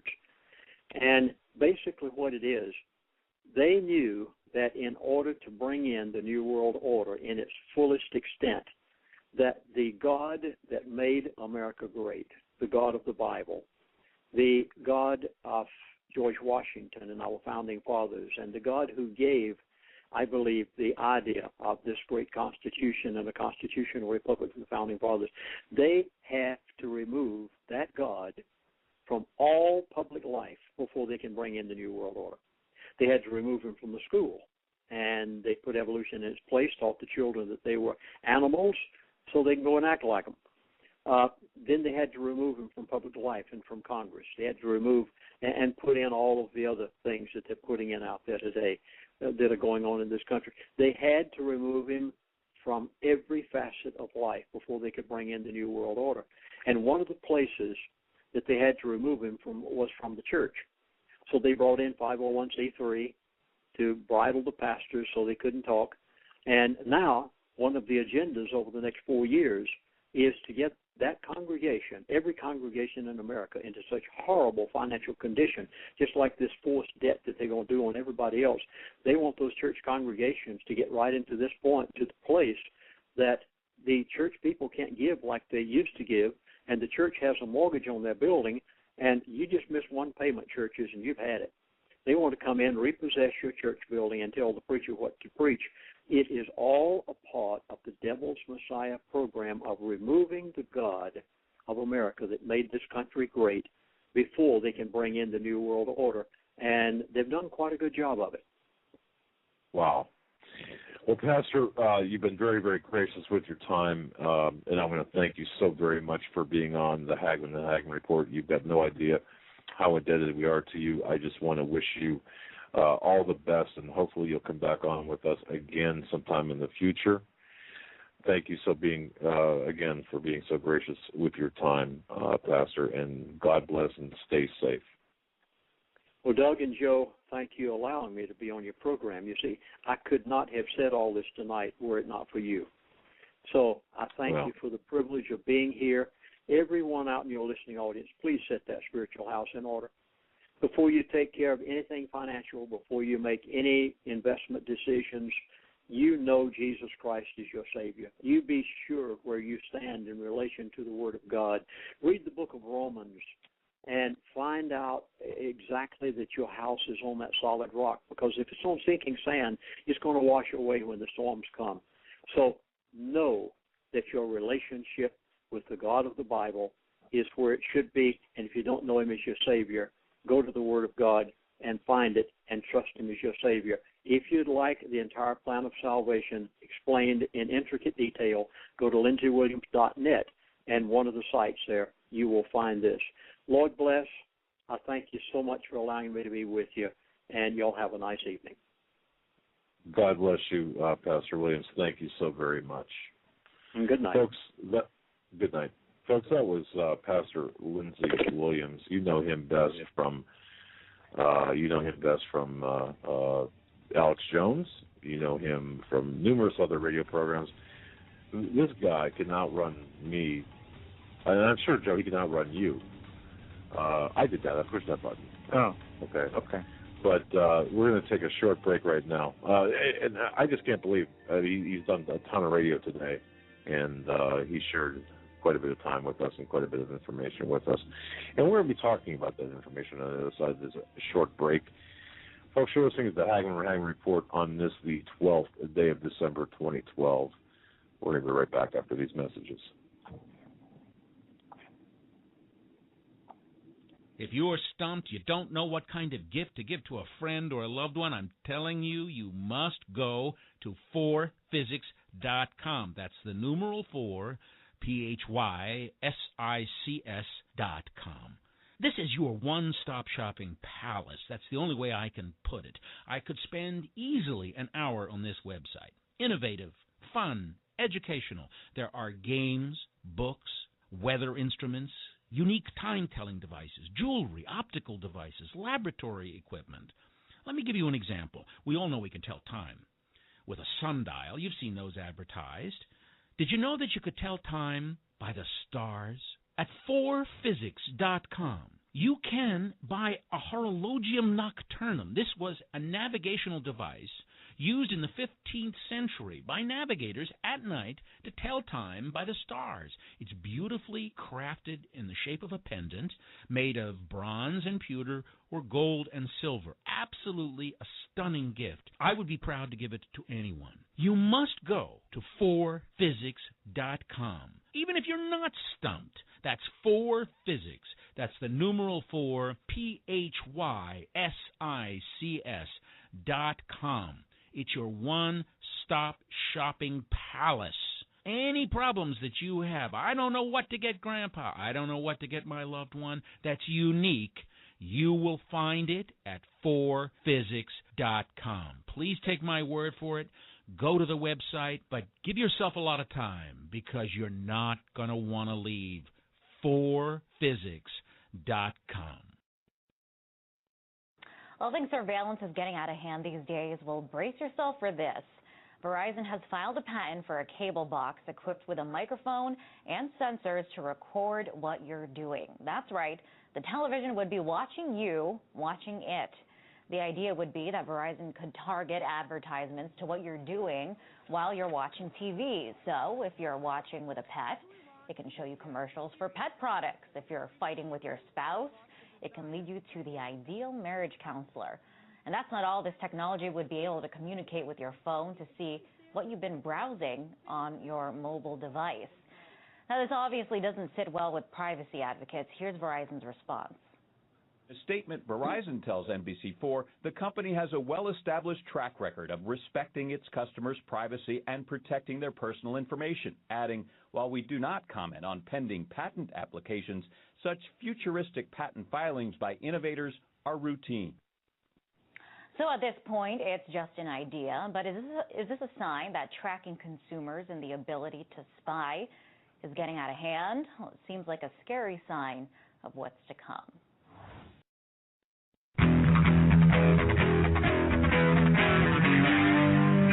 Doug Hagmann, one guy that doesn't need a bullhorn to get your attention. You want answers. I want the truth. You can't handle the truth.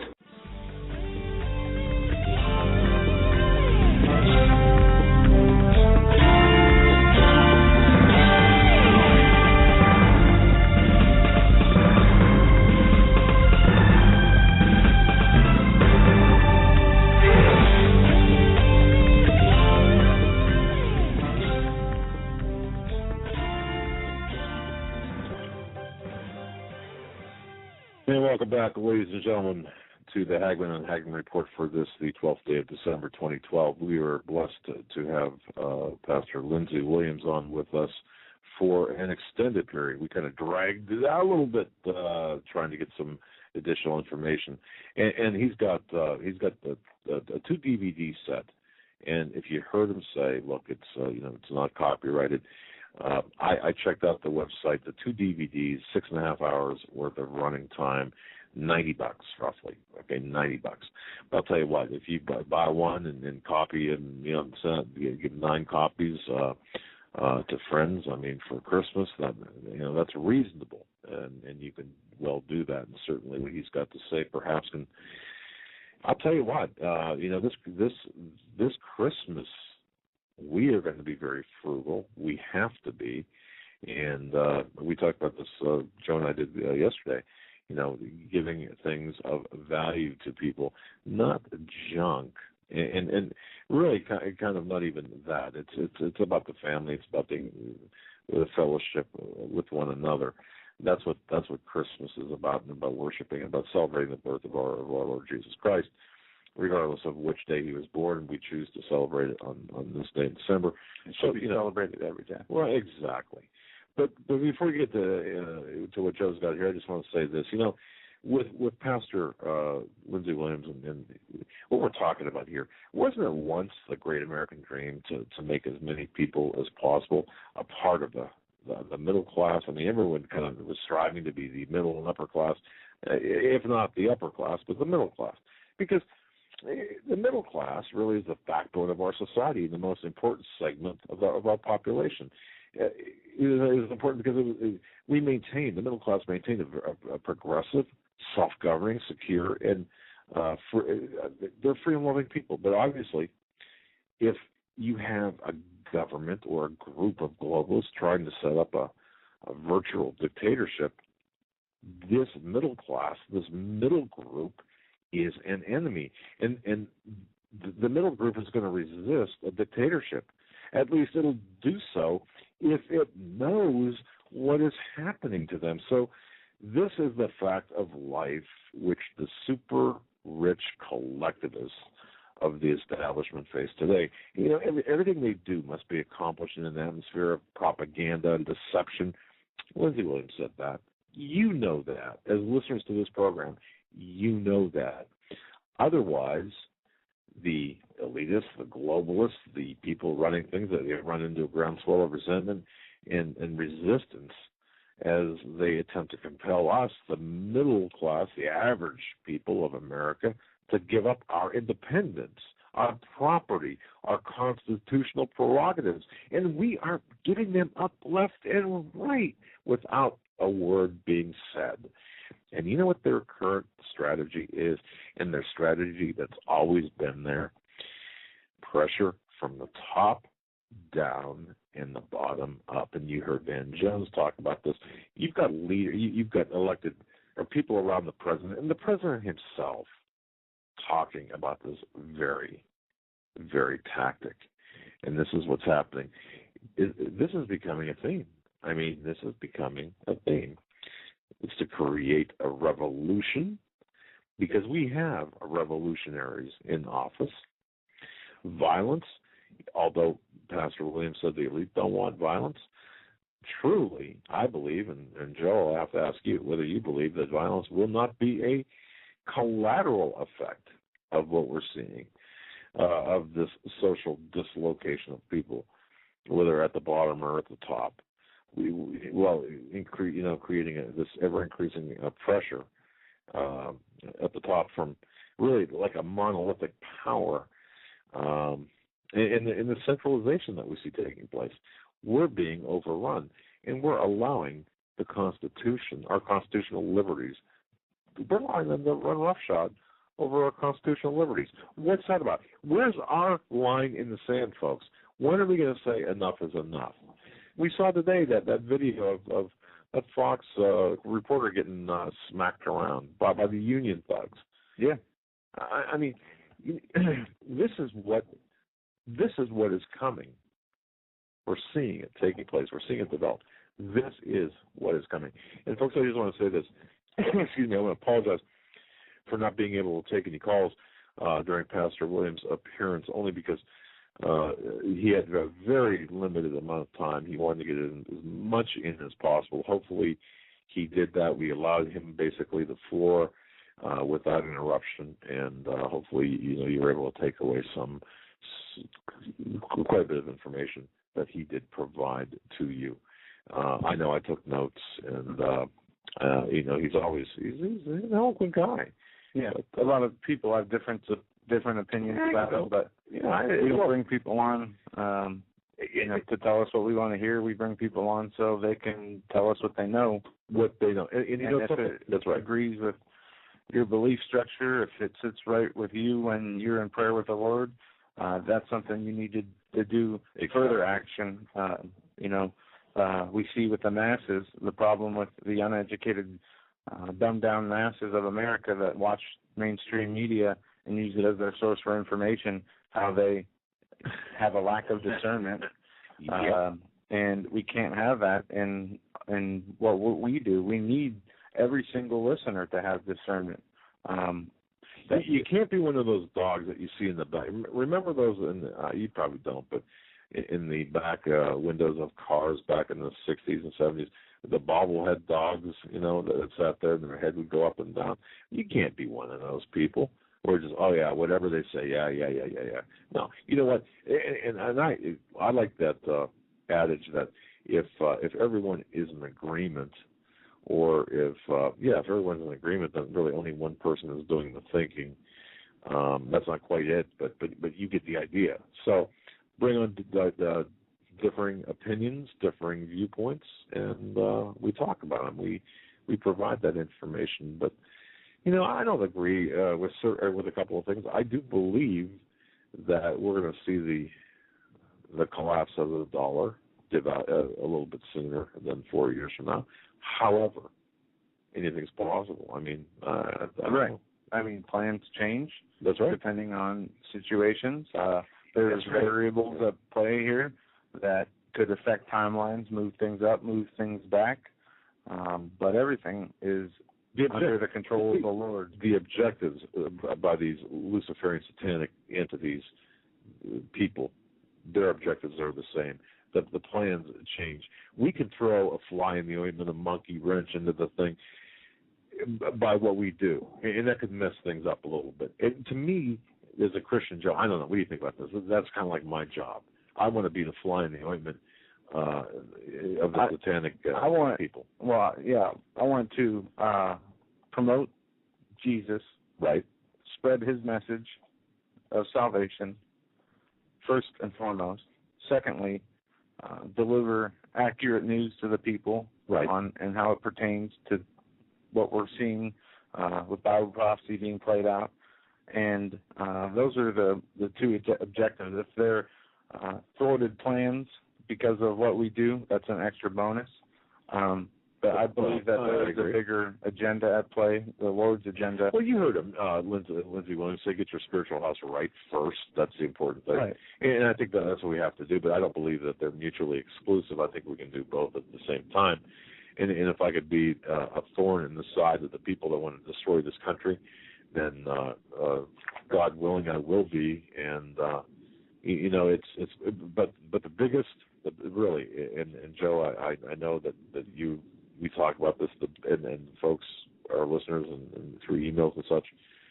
The biggest fear that the globalists, the rulers, the satanic Luciferian peoples have, the biggest fear is an educated, awakening populace.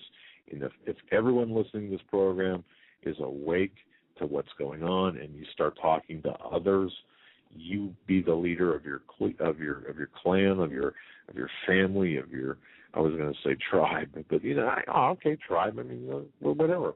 You be the leader in your own sphere of influence. I'm going to tell you something. Sooner or later, the word is going to get out. There will be an awakening, and we're going to pose a major threat to these people. By the way, before I forget, let me just say this. Excuse me. Tomorrow night, 9 o'clock Eastern time, 9 to midnight tomorrow night. I can't wait for this. I cannot wait. Joe, go ahead. We are going to be joined by Russ Dizdar and Steve Quayle, and we are going to be talking about the physical and spiritual. The Black Awakening is actually the Black Awakening is the title of the program.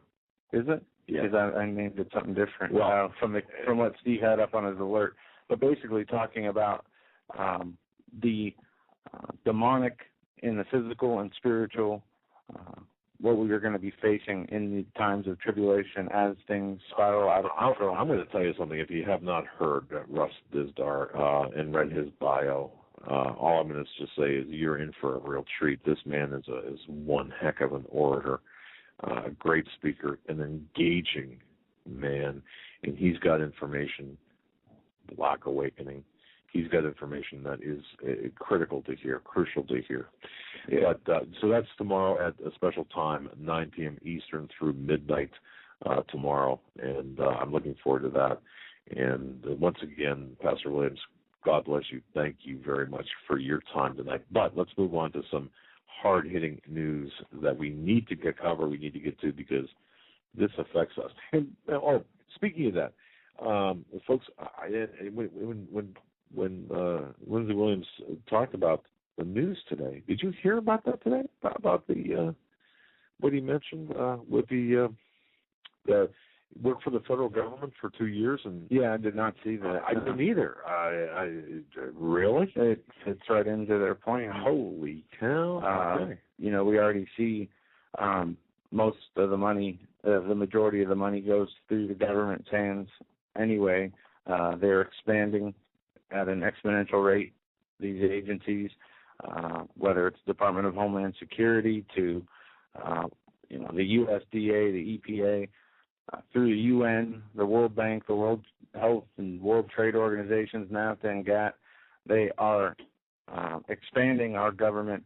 They are expanding the regulations, and as Lindsey Williams talked about the middle class, they are liquidating the middle class right now as the Federal Reserve, we mentioned earlier, is printing $45 billion to buy mortgage-backed securities.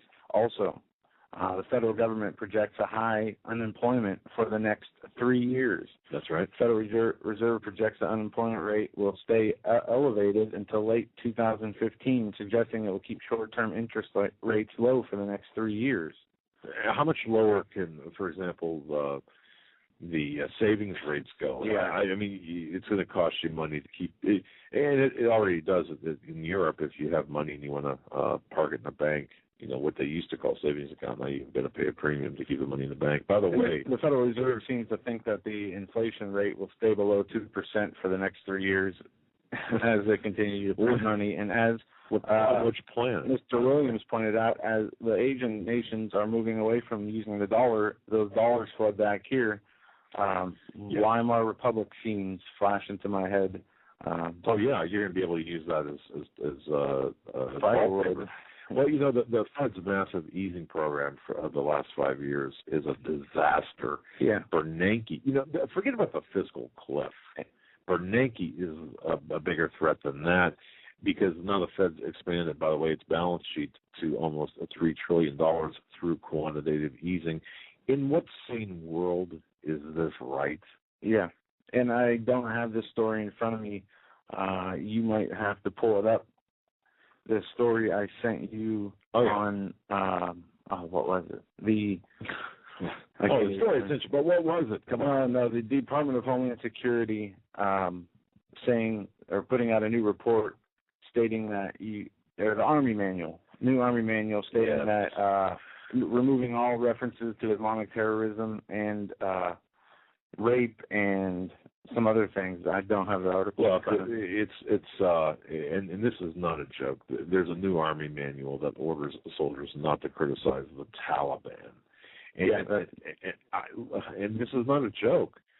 But the Obama administration they're on a crusade, folks, to appease Islam. A new U.S. military handbook for troops deployed to the Middle East now tells soldiers, do not make any derogatory comments about the Taliban, or listen to this, or criticize pedophilia, among other outrageous things. The new manual is about 75 pages and suggests that the Western ignorance, our ignorance of the Afghan culture, not Taliban infiltration, but the Afghan culture, is responsible for the increase in deadly attacks by Afghan soldiers against the coalition forces. So we're responsible for the attacks on our troops, not because we're there. I can see that argument, but because we don't understand their culture. And this handbook, by the way, is still being drafted. It has not been published, but there was a mainstream newspaper that got a sneak preview and published it. And then there's one more I don't recall, but another thing, crazy. I want to mention there's a meteor shower coming this December 13th and 14th. And if you go to spaceweather.com, I'll post a link in the chat. There is an interesting, a few interesting stories, developments about some near-Earth objects. They are talking about extra meteor showers. Another meteor shower. Signs in the skies. Occurring at the same time as the, how do I pronounce this? The Geminid meteor shower. And if you look at the near-Earth asteroids, they have updated some of them, updated the distances of some of them, and we're looking at up to 120 meteors per hour in the skies. It's ridiculous in terms of what's going on out there in the sky. There is news that a meteor crashed in Turkey, hit in Turkey. In Turkey, I'm not sure that would be a meteor. Turkey, but that goes with the information we have about the North Korean satellite. It could be that. But there is news that there are meteors and strange things in the sky going on now more than ever. Well, again, that goes to the signs. There's actually a video of this meteor from Turkey. Oh, really? Yeah, I'll post it into the room here. Well, we're just getting word in here about a very large radioactive leak at Fukushima number 2 containment vessel.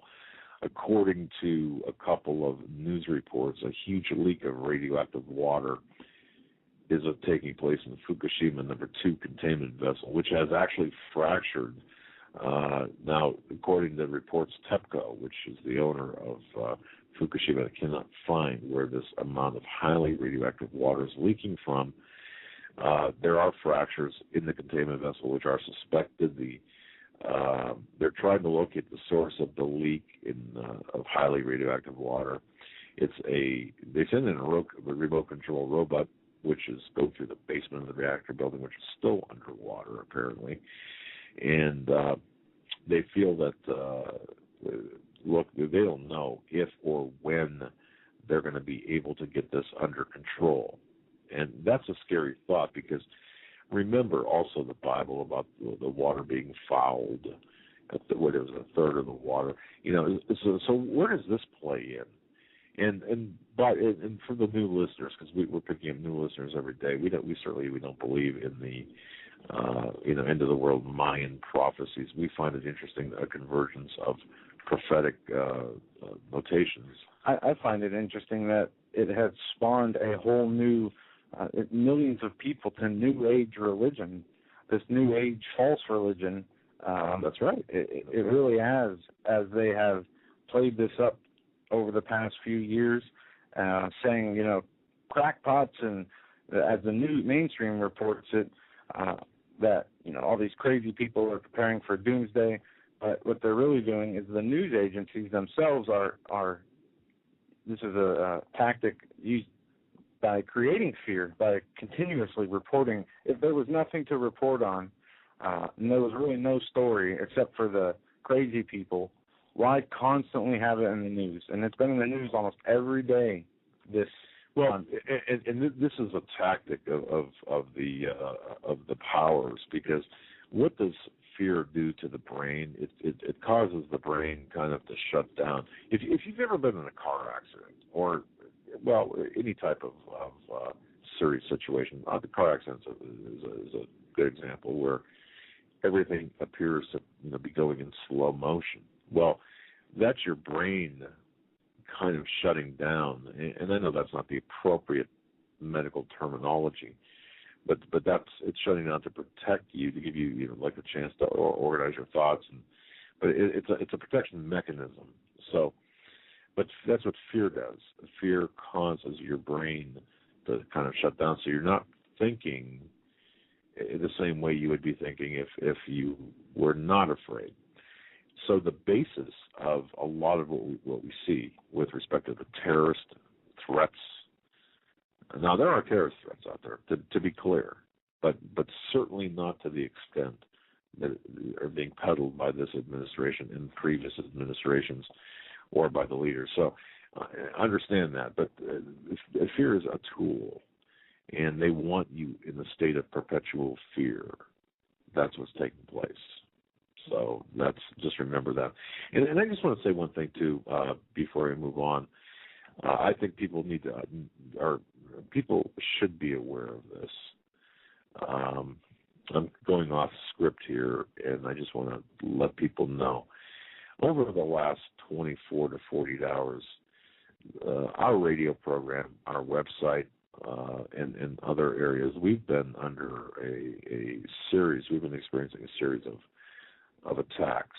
Now, I'm not going to get into exactly what's going on, but I will say that that we've been many things that could be thrown at us to be investigated for. We've been hit by a number of things over the last 48 hours that have been very trying, very time-consuming to us. That have been, there are people trying to silence us, and there are people trying to get us to stop writing things. And the reason I bring that up is because, you're getting close to the target when you start getting flack.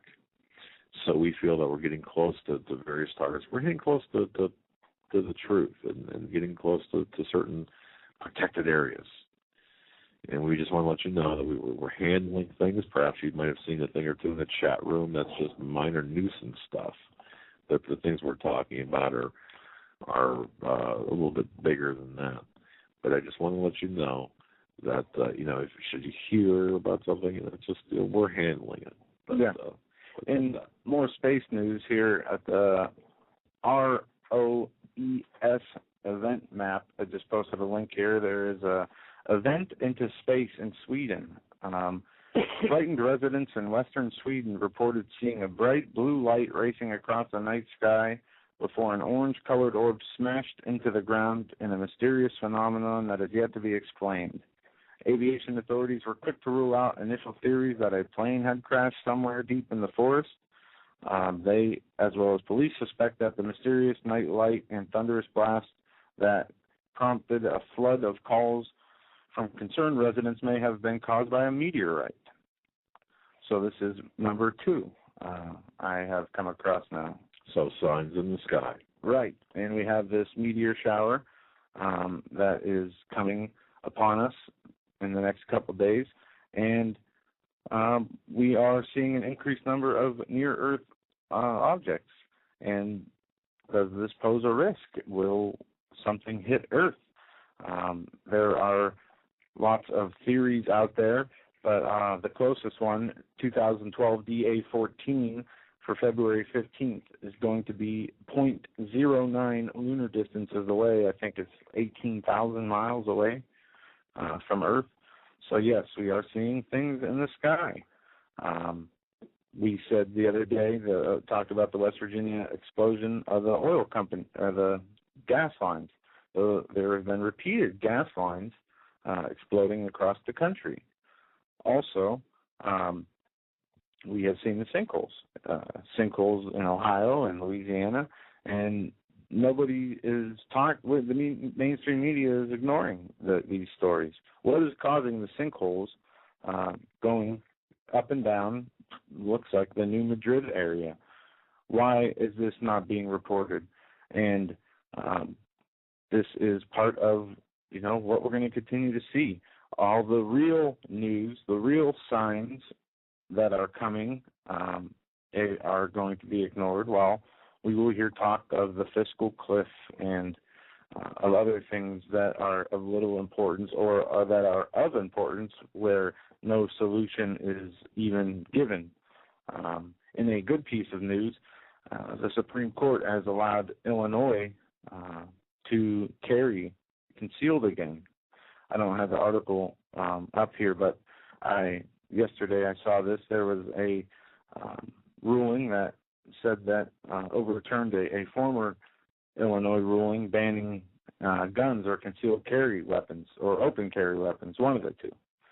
And that is a piece of good news. And as they continue to come down, there was a shooting. It's kind of the good news that Clackamas Town Center Mall in Oregon. Yeah. Well, let me tell you something. All right.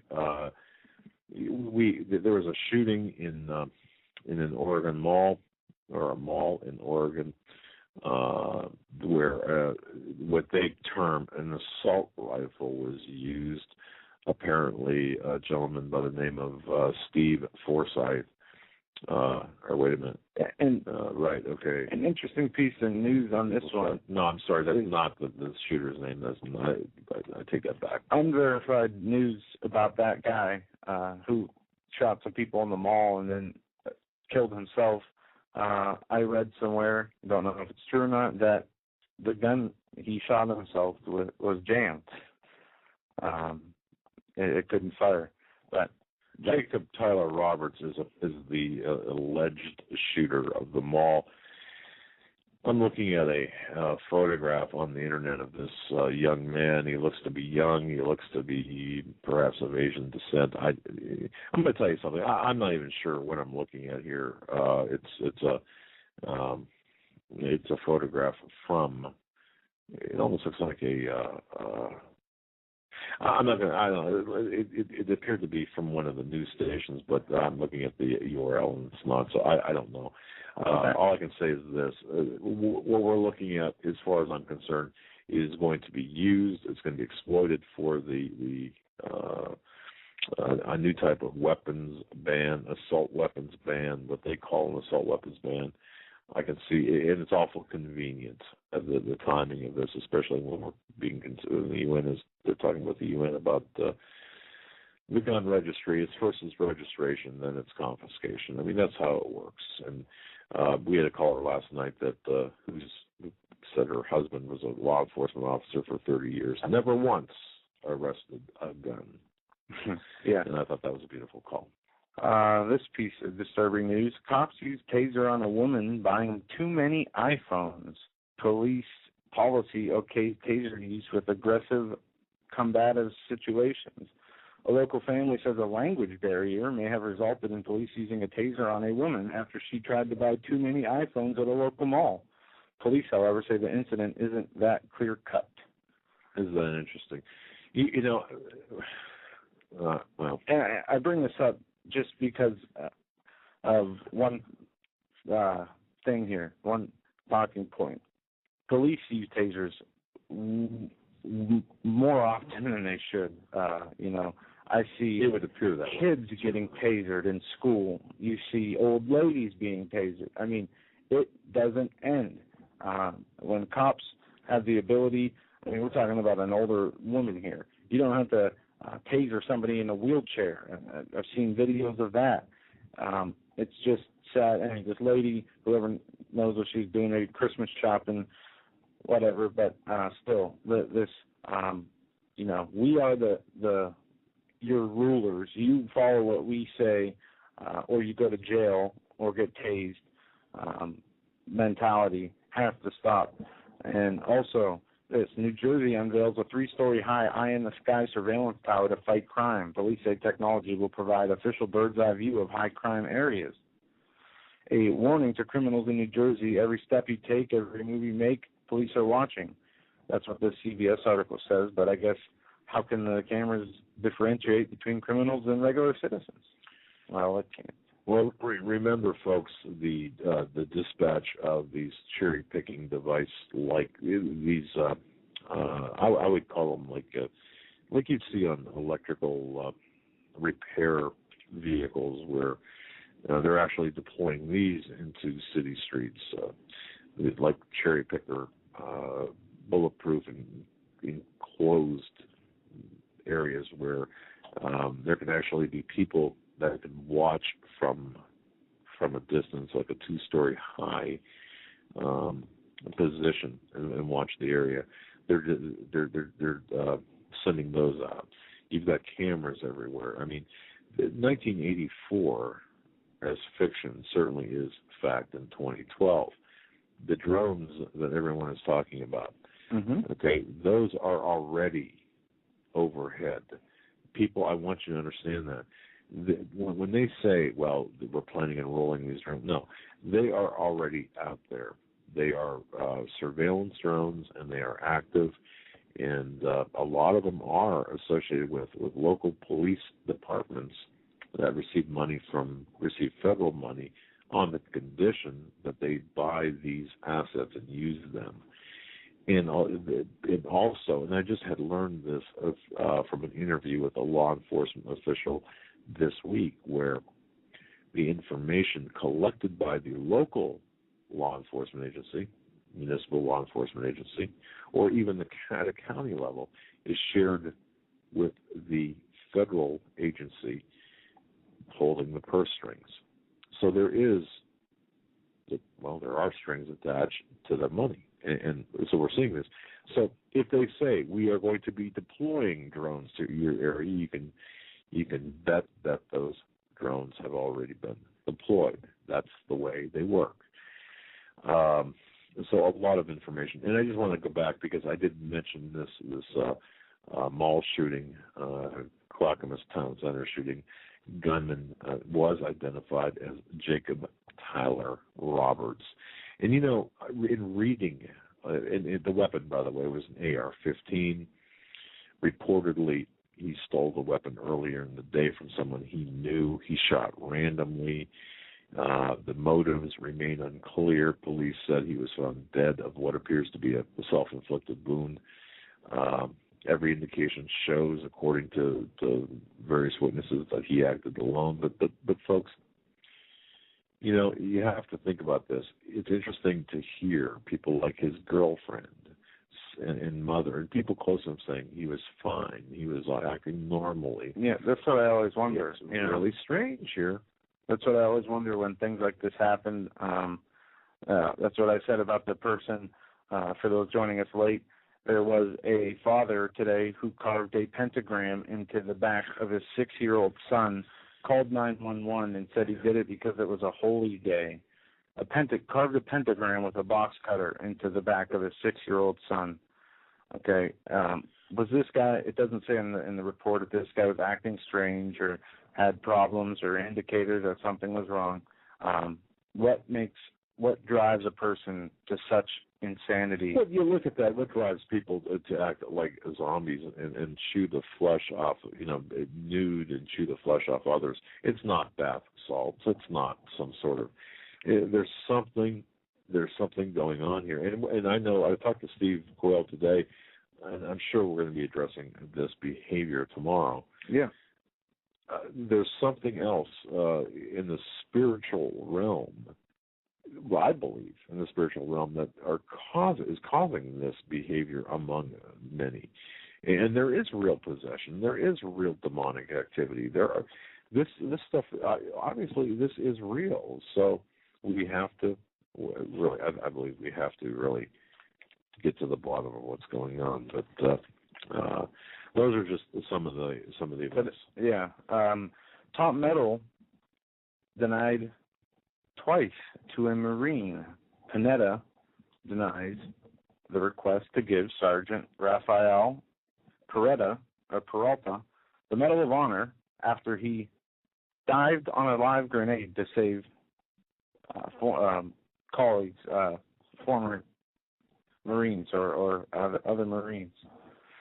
Panetta, the Pentagon informed Petrello's family Wednesday morning of the denial, 8 years after he was killed in Fallujah, Iraq, and 4 years after the Defense Secretary Robert Gates denied the initial bid to award the top military honor, despite eyewitness reports from his platoon that he saved their lives. What he did, they're saying there's still too many questions to accept that he knowingly scooped a grenade beneath himself to absorb the blast and save his fellow Marines, according to Panetta, despite the testimony of his other servicemen. So Robert Gates and Panetta have both now denied this man a Medal of Honor. Do we know why?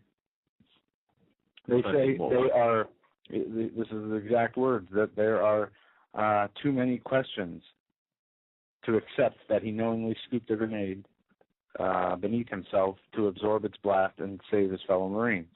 Well, so I guess a dead Marine and his fellow Marines who came back alive to tell the story isn't good enough. Well, what we're seeing, and this is important because one of the things, according to a source that I have within the intelligence community, there's a storm forming here in the United States, and there's three storm fronts, if you will. One is the economic storm that's forming. The second is the social and political storm. People, the social chaos, societal chaos, along with the lack of political will, which does touch upon that. And of course, the other part is the gutting of our military.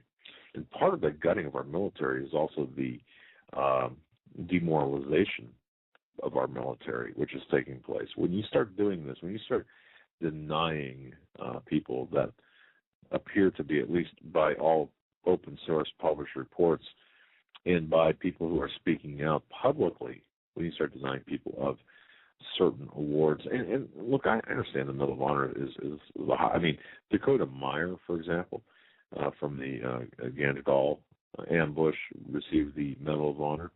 I happen to know Susan, well, the mother of one of the Marines that died in that ambush, and I know the story of Dakota Meyer.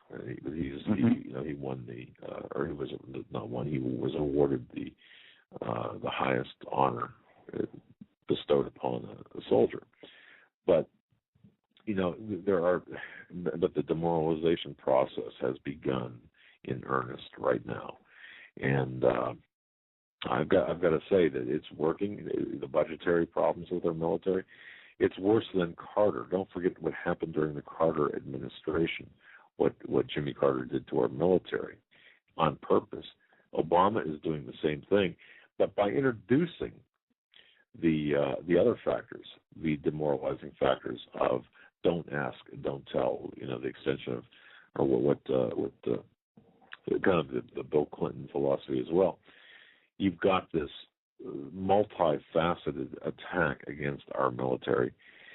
We're being led down a path to slaughter, and this is all part of it. So that's why this story is important. You have to look at it in that context to understand the importance of that story.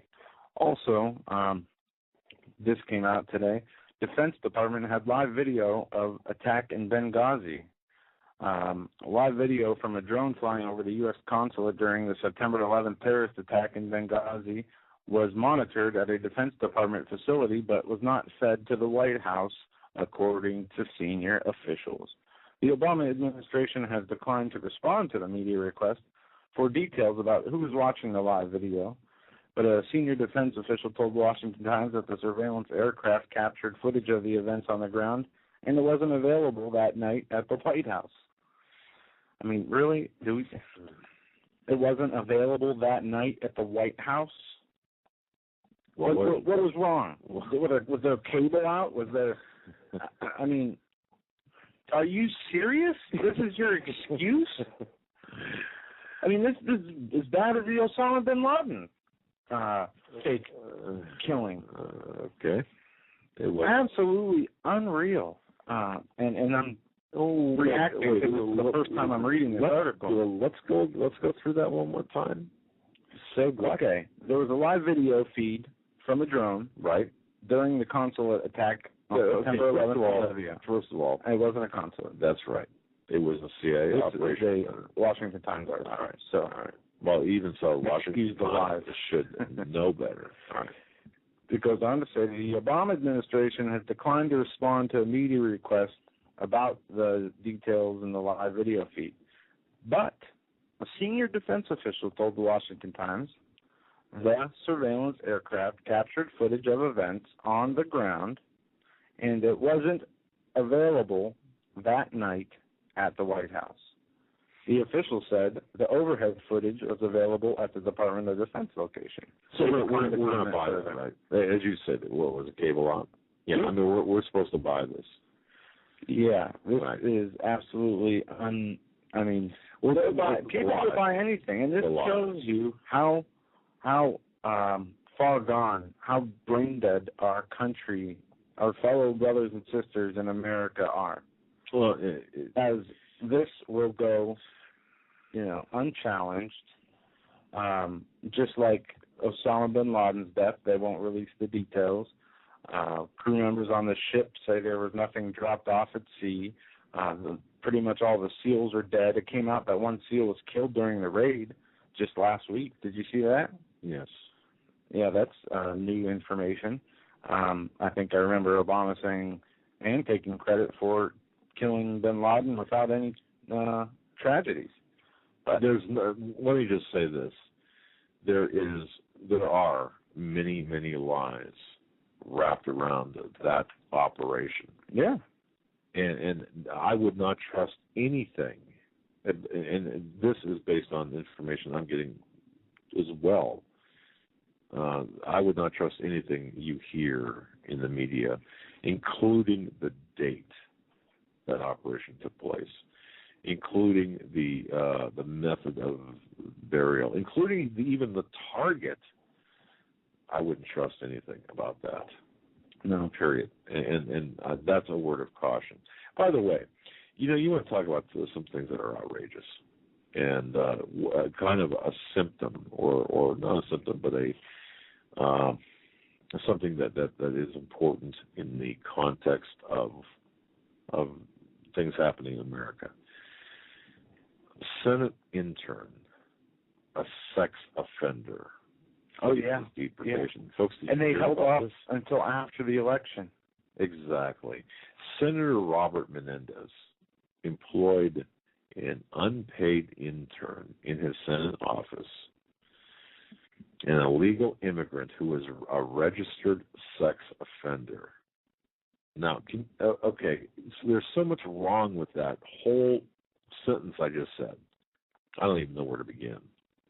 A registered sex offender, an illegal immigrant, working as an unpaid intern for Senator Robert Menendez in Washington, D.C., and they, in the Homeland Security Department, instructed Janet Napolitano instructed federal officers not to arrest him until after Election Day. Where is the justice in this country? Where? I mean, there is none. Exactly. There is none. And I'm going to send this to you in an email right now. TSA moves to Sovietize internal travel. And just posting the link here. Folks, see, and let me, if I can go off a little bit here. Those of you listening, and boy, I really want to hear from people that are listening that think it's okay to be groped and to be snooped at airports. Because those of you who think that, well, guess what? You're going to be groped and nuked at checkpoints spread out throughout the country and molested in travel like East Berlin Okay, like it's Soviet style, as you said, Joe. Is this going to be your line in the sand? I mean, are you going to allow your wife, your daughter, your mom to be touched, groped, molested by the TSA, not only at airports, but on the roads? Is this what you want? You should have that email with you. Okay. Wendy McElroy, writing for the Dollar Vigilante, has uncovered a TSA move to extend its airport Gestapo zone to the nation's mass transit system and highways. And I actually was reading a PDF on this today. I just downloaded it to the computer here. High Priority Technology Needs, I think it was called. But they here they say in page number 71,431 of volume 77, number 231 of the Federal Register, it constitutes a preliminary step towards systematically expanding TSA's authority from airports to highways and every other means of travel. The effort will eliminate the ability to travel anonymously around the country and remove one of the last remaining differences between the U.S. and a total police state. The total police state you experience at airports wants to spill into roads and bus stops on subways and trains, or rather, the TSA wants to solidify and spread the fledgling and erratic presence it already has here. The application for funding submitted to the Office of Management and Budget explains that the TSA seeks to establish the current state of security gaps and implemented countermeasures throughout the highway mode of transportation by posing questions to major transportation asset owners and operators. Data collected from major transportation asset owners and operators will then allow the agency to provide focused resources and tools to enhance the overall security posture within the surface transportation community. In addition to examining the security-related assets of the long-haul trucks, the TSA is moving to conduct on-site assessments with public agencies that run buses, rail transit, long-distance rail, and less common types of services such as cable cars, inclined planes, automated guideway systems, and here, as the Government Security News reported on December 3rd, that's what they reported. But the author of this points out, it states that the Constitution does not specifically protect the right to travel. Yes, it does. Okay, come on. Protecting the right to travel unmolested. The word travel, though, or its equivalent, does not appear in the document, meaning the Constitution, except to guarantee the right of Congress members to travel back and forth from work. But this is taking this just a bit way too far. And again, my question is, you accept, or my statement perhaps is, you accepted it, allowed it, permitted it.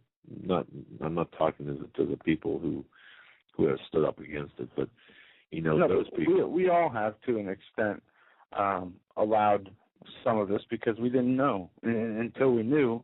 If we knew and then didn't do anything. Once we knew, and see, that's the difference. Look, I was the biggest neocon, and I'll admit that I was. Hey, yeah, go for it, whatever. We've got to stop the terrorist threat.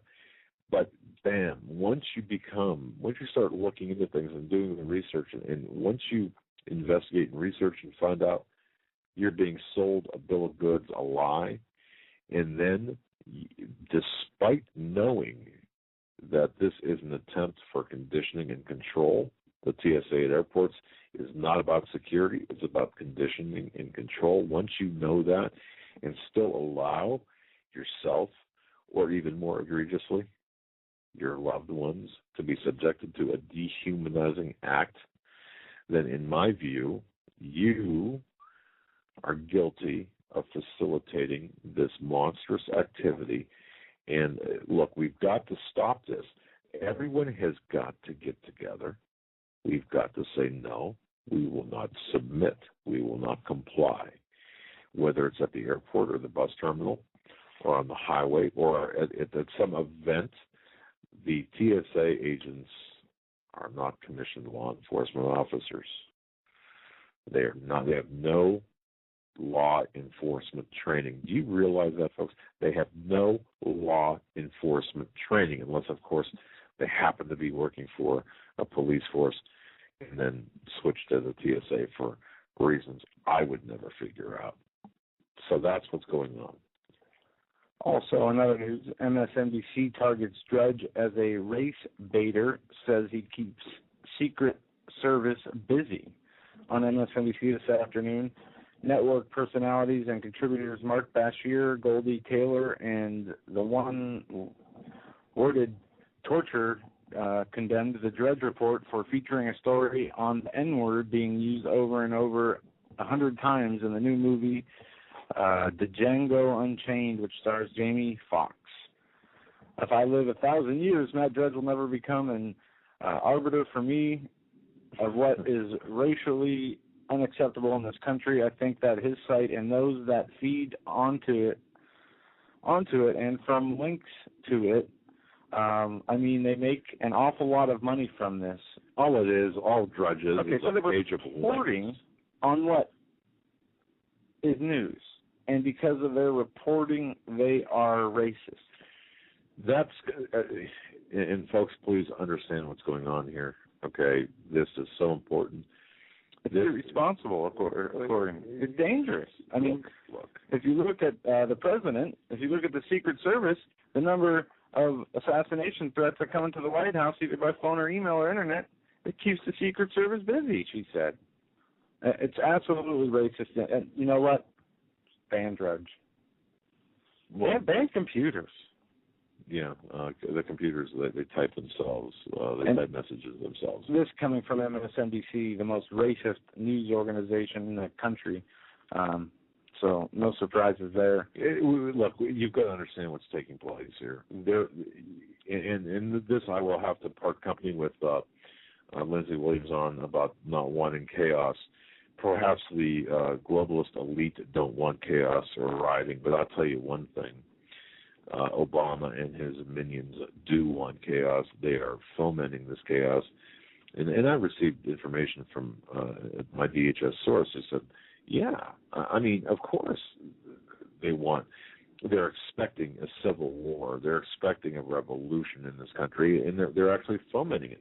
Even if Obama won, this is before the election, they were prepared if Obama lost, of course, for riots and what have you. But according to my source, even if Obama won, they were preparing and expecting for riots and social and racial divide. Well, they are the very people who are fomenting this type of activity. Why? To divide and conquer. This is a way to destroy the United States from within. And this does match the 1958 communist goals that were read into the congressional record in 1963. This is what's taking place. Communism, however, is just a mere stepping stone toward this one world governance that's going on in America. Interestingly, in 1969, Dr. Richard Day said this about in the future about travel. Travel will become very restricted. People would need permission to travel, and they would need a good reason to travel. If you did not have a reason for your travel, you would not be allowed to travel, and everyone would need ID. Later on, some sort of device would be developed to implant under the skin that would be coded specifically to identify the individual. Yeah, well, Rockefeller insider Dr. Day from 1969. How prophetic. And certainly no one is going to be taking any implants. No one I know is going to be taking any implants bodily.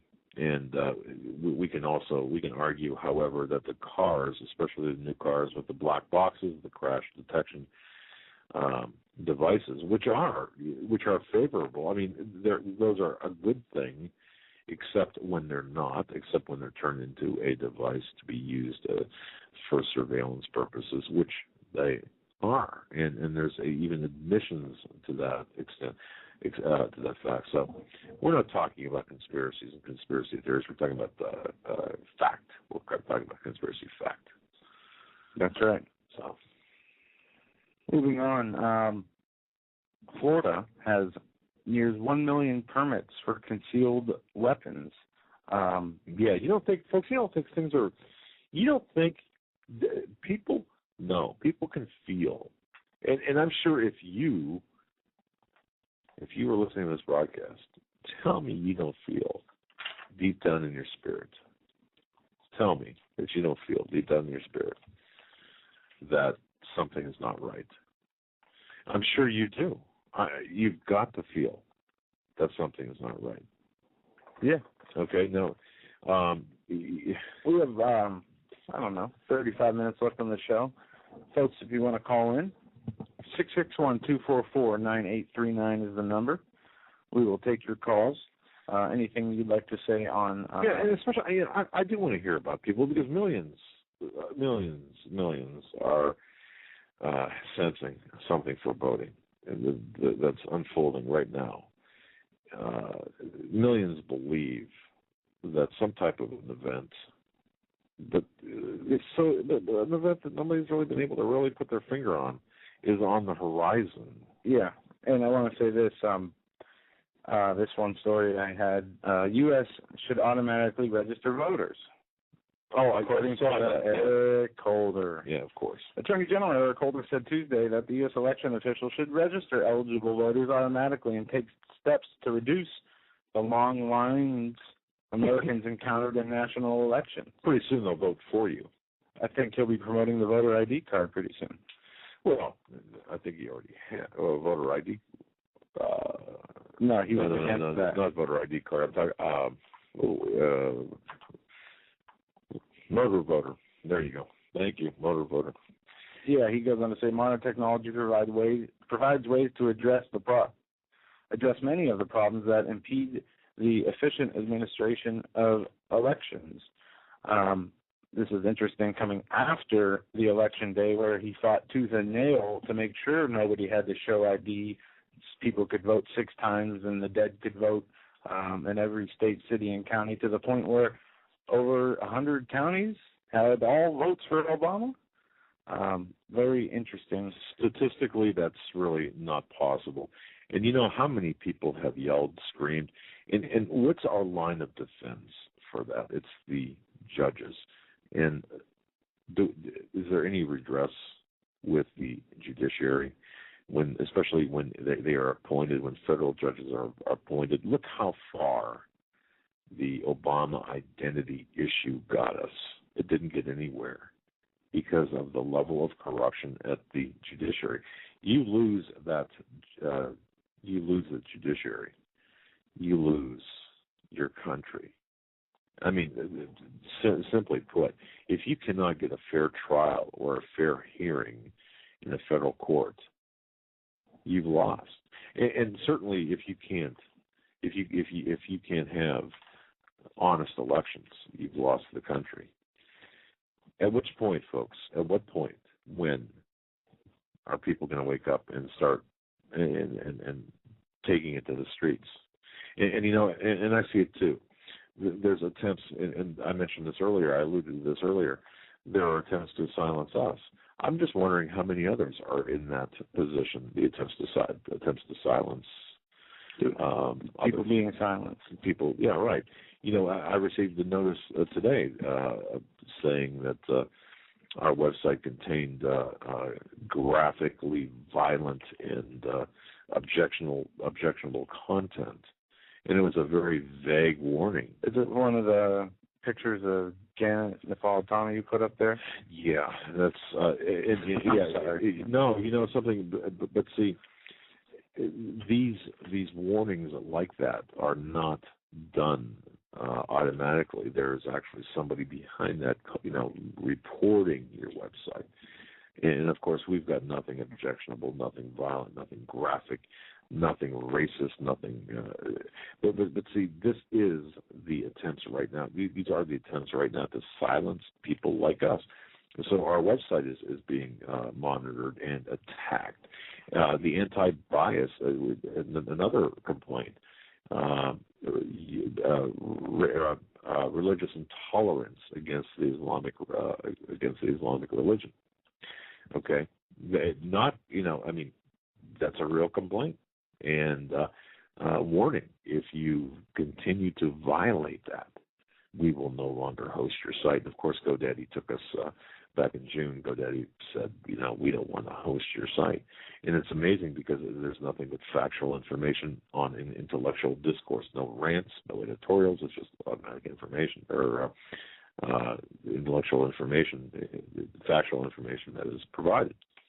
And then, of course, we've got people that are attacking our radio program by coming in and attempting to cause racial issues, and then of course the platform in which we broadcast comes in and monitors everything we say and everything that's typed in the chat room. Yeah, they have a chat room. We have the log of the chat room the whole night. They have the log, the ISPs, who signed in, what they said. Right. And yesterday there was an actual person in here from Blog Talk Radio because of the people wanting to screw up the show. What they'll do is they'll come in, let's say John Smith, who doesn't like the fact that we're talking about the global conspiracy. That's John Smith. So he'll come in and he'll type the N-word 55 times. Well, then what he'll do is he'll take a screen capture of that, send it to for example, Blog Talk Radio, and then they come on because John Smith, the very person that typed that word, said, "Hey, look at this. Look, they're this is how." See, the reason, again, it's not because, woe is us, poor us, but see, and I've been getting reports from other, especially Christian-based talk show hosts who are experiencing the same thing. This is war going on right now. This is attempted censorship. And once again, I'm not saying this for any other reason than to let you folks know exactly what's going on and how they're going to attempt to censor the truth from getting out there. And look what happened in Michigan with that Fox guy, with that Fox reporter. That was Michigan, right? Yesterday. Michigan or Detroit or Wisconsin, yeah, whatever. Well, Detroit, Michigan, yeah, right. But Michigan or New York. Sorry. No, I think it was Michigan. But the fact of the matter is, they bait these people.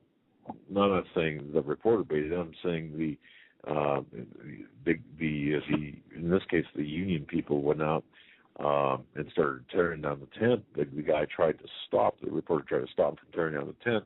And of course, you even lay just a hand, or even appear to lay a hand, and bang, you get smacked around, and then you deserve it. If you go in the various forums, you can see the level of hatred that is building and building and building and building and building, and folks, we're going to see it break open in this country. With that, we're going to go to the phones. You got Chad coming on first. Chad, you're live on the Hagmann and Hagmann Report. Hi, guys. Thanks for letting me call in and speak to you. Doug, I wanted to answer your question you had about the pentagram thing that's going on. You said, what is the spirit behind that? Even a lot of the Satanists really don't understand what that means. But if you look, a lot of them, if you research this, there is a letter associated with each point on that star. In each letter spells Leviathan. It's Lvtn. That's Leviathan, which is the great snake, which is a Ouroboros. It's a celestial. It's unfortunately it's the same thing that they're talking about in the Mayan calendar and all that. It's a timing. It's a calendar. It's simply what it means. It's about a time and place. And so, do you remember the demon that was confronted Jesus in the cemetery? He says, "Are you here to cast us down before our time?" Do you remember that? Cast us out before our time, destroy us before our time. Do you remember that? These spirits know that there's a clock and a time, and that's what the pentagram represents. It's a time. It's a period designated in time. They understand it better than most people do. That's what these symbols represent. That's what the Giza pyramids, the ziggurats, all of this, their alignment with the stars. That is their reason for it. It's to track time. Okay. And so let me ask this question. No, okay. Let me ask you this question because you seem to know a lot about this. The average person, just the average guy, like me, I'm the average guy, just doing what I do. Suddenly, in my wildest imagination, I cannot imagine me carving a pentagram or drawing a pentagram on a piece of paper, let alone carving it on my son or offspring. Well, is there some sort of what's going on behind this, sir? It's demonic. The person who that body is a temple of is no longer the master of it. Okay? The scriptures tell us that if you enter into a house and bind the strong man there, then who has control of that house? It's the man who bound him. The Lord himself says our body is a temple. It's a place where either we can allow him to be in control of, or there are evil spirits. We have doors. These spiritual things, when our eyes are a window to the soul, these things that we feast our eyes on, the things that we allow to come into our ears, if we allow them to reside there, if we focus our attention on them, it gives power over the control of our lives. Our flesh is in agreement with these evil spirits because it's fallen. It gives pleasure. And so when we allow those things into our lives and into our hearts and they begin to control our actions, then we give up a part of our lives and part of our control. When you get to the extent that this man has, then he is no longer in control of himself. It's the spirits that are in him that do this. And they speak about the time because they know that there is a designated time. It's their boast. Okay. All right. That makes sense to me, the way you explain that now. It's not somebody just, walking around, going to work, coming home, doing their normal thing. At some point, this guy had to invite or otherwise allow that. Absolutely. Okay. All right. Now that makes sense. We have to agree at some point. And the adversary and the angels, they have rank just like what we do. I mean, lesser and stronger. I mean, lust and these things, they are very powerful forces in life. Look at the havoc it's wreaking on our nation. So these things are allowed to take over your life. They carry out their desire. They are coming out of the woodwork. I mean, with these quote-unquote zombie killings and things of that nature. They're rallying right now. These things that they're doing are rallying cries. They're celebrating the brief time that they are going to have to be free to do what they want to do, as the Lord gives people over into their lusts and their desires. He says he'll let them have their desires because they love not the truth. And, they're going to have, and we're just seeing the tip of the iceberg of the wickedness that's going to be reveled in when, as these people gain influences, gain more control over that which is in public. Wow. Okay. Go ahead. We can. So if I hear you correctly, because of the time in which we live and the appointed time, we can expect to see and hear more of this. Okay. Right. Well, the Lord himself said he appointed the time. Now, there are a lot of things we don't know what the appointed time is, but it's not because it's not foreseeable. Just as the warnings were given in the scriptures, you go back to the very beginning, the very first book in Genesis. It says what the stars are given for what? For times, for seasons, for days, and signs. Signs. The Lord said that they're for a sign. So he designed it. the clock. It's our celestial clock, and it's so perfect. It's so beautiful. Man can't mess with it. You can adjust your calendars all you want. You can change them all you want. Try moving a star around. Yeah. Okay. I get that now. Thank you. That makes perfect sense. And they are warning. The scripture. Yeah, the Lord says, He came at the appointed time, the perfect time. We're told that there are days. Now, we aren't always given the exact days, but for those who ask, the Lord can show us when we're coming close. The signs in the skies. You talked about it yourself. Since the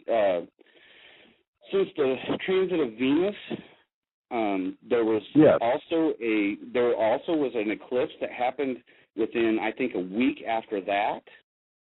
We had another one that just took place.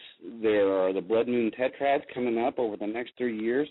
All of these things are warnings to us. You know when the last time the blood moon tetrads appeared in triplets? No, I don't. When? No. When Israel was formed as a nation in 1948. The last time what appeared in triplets? Blood moon tetrads. It's when there is a solar and lunar eclipse that come in a grouping of 3. You know what? And okay, so caller, then help me work through this, because this is something I was talking about that we were talking about here the last several days. If we're right, and we're doing some research about the powers, the globalist people, and the for example, the globalists and the elite, the very people Lindsey Williams talks about and others talk about. Right. Okay. Now, the Olympics this year, to me, there was some, if you watch the Olympics, or at least watch the opening, closing ceremonies, and right, okay, there was something about that was just not right. And if you look, it was a ritual. It really was an opening ceremony because of the time we're in. I don't know if you were aware of this, or that the Olympics took place during the what is called Tish B'Av for Israel, is known as the Week of Calamity. Exactly. Okay, I mean, and you think about how far the Olympic calendar has to go in order for it to fall on that time this year. Right, and many other things. For example, Prince Charles's birthday, or I think it was his birthday, the Queen's Jubilee, and other things that involve bloodlines and royalty and the global, and you mix all of that together. And in all fairness to Pastor Lindsey, I mean, I'm sure he is absolutely right about what those elites believe, but the elites themselves are deceived. I mean, they are fed into their pride. They are fed into their pride and everything. The adversary is not for them any more than he's for us. You know, and he's not one who's going to share power either. He thinks he's God. So as soon as he has himself in place and the things in place he does for the time that he's in, they're going to be cut off quicker than that we will. and we're going to cheer it. That makes sense, yeah. We're going to cheer it. That makes sense. He'll come into power, and the first thing he's going to do is put these guys in prison and cut off their heads. The world will cheer it and welcome him. Oh. Wow, that's a happy thought. But you know, when you study this and when you look at this and try to figure things out, try to see where things are in this smoke and mirrors and this matrix, you know, you've got to address issues like that. Despite its, you know, so yeah.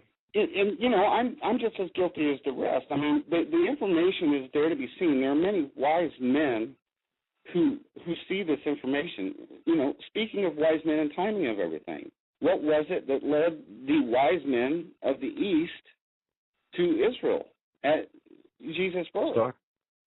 A star. How did they know to look for it? Yeah, exactly. Well, these people are the descendants in the school of Daniel. So they learned how to watch the stars. It's called the Mazeret. They learned how to gauge time and watch the stars from Daniel. So that's how they knew. Okay. All right. That okay. Makes, I mean, okay. the answers are in the scriptures, but we have to dig them out. It says it's the pleasure of God to hide a thing. It's the joy of a king to search them out. That's a wow. Okay. Very excellent good statement. It's so true. Reading books of the Bible, you are revealed more and more each time. Yeah, I want to thank you very much for that clarification, because that does put some things in perspective, and it helps with the discourse when we talk about this to really understand the mindset. So I want to say thank you very much for that. It's a good place to start, and as more comes out and these things kind of questions come up, I'll be more than happy to toss in my 2 cents. Just so others can dig it themselves. Exactly. All right, man. Thank you very much. Thanks for the call.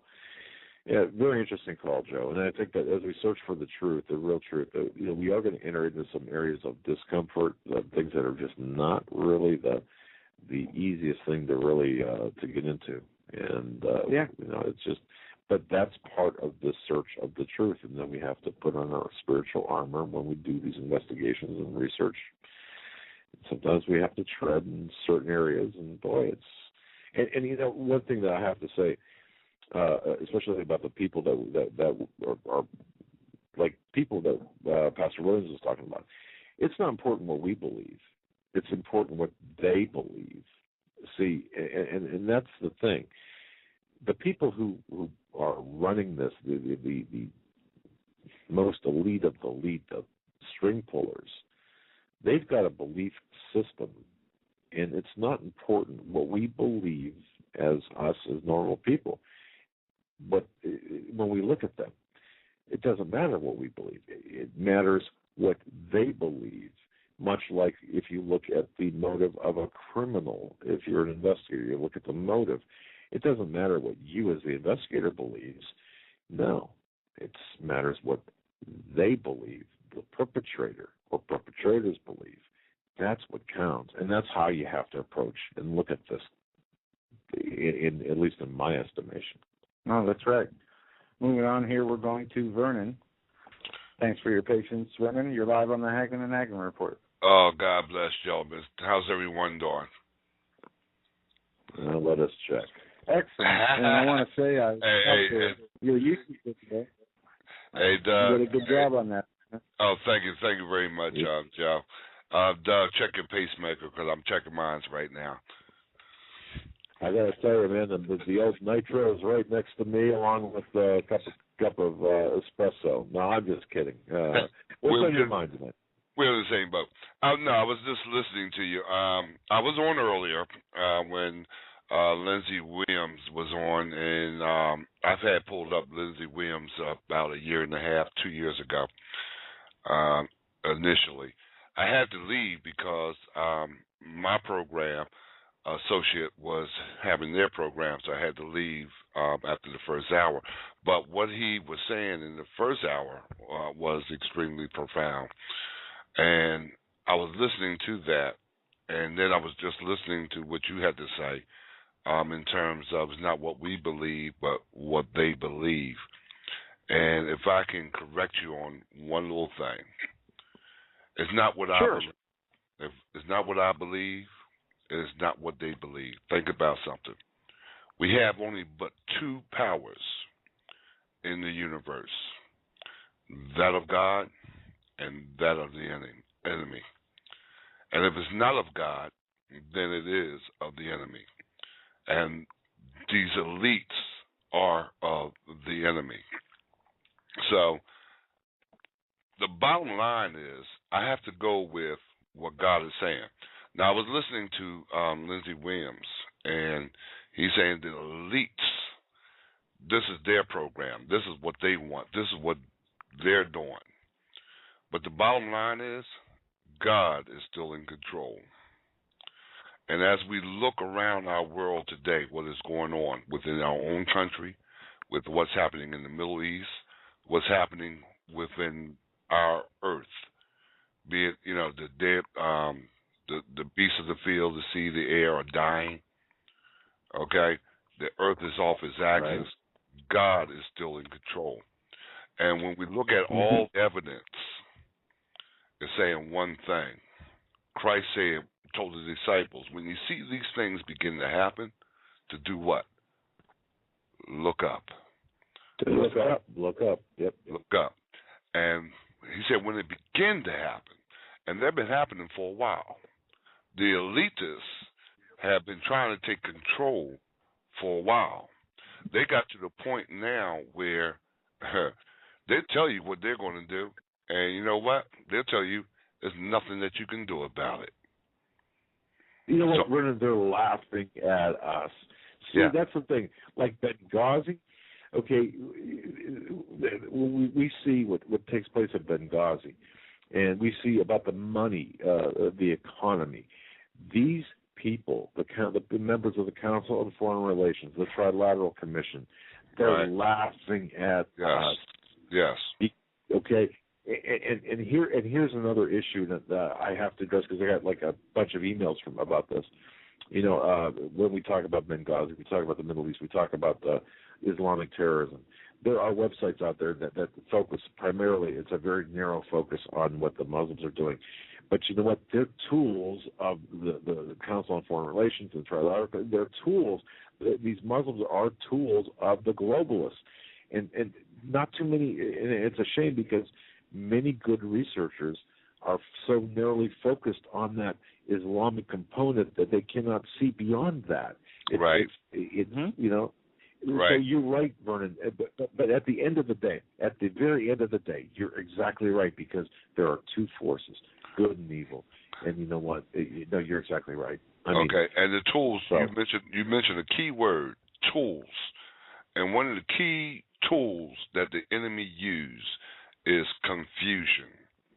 As long as we're sitting down here, we have this going on, we have that going, and understand something, folks. When Christ gave us the signs to look for his coming, okay, it was not to have us overwhelmed with what is going on, but to enlighten us so that we could see that the Word of God is true, and so that we can measure when his time is near. The world right now, the entire world, they're upset. The Mayan prophecies, Michel Nostradamus, the elitists are taking control of the economy, and yada, yada, yada. Okay? This is the information we need, but we're not to dwell on it. We're to keep our focus and our attention and our love in the body of Christ. And we're supposed to keep our eyes on Jesus at all times, because he is our mediator. He is our director. He is our teacher. He is our all in all.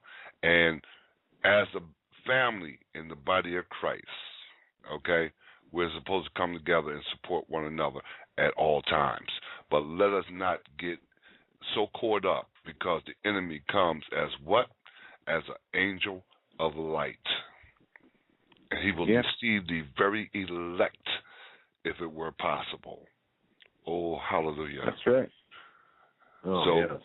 I'm just saying, family, let's just keep focused of what really is the truth. And the truth is the Lord Jesus Christ is on his way.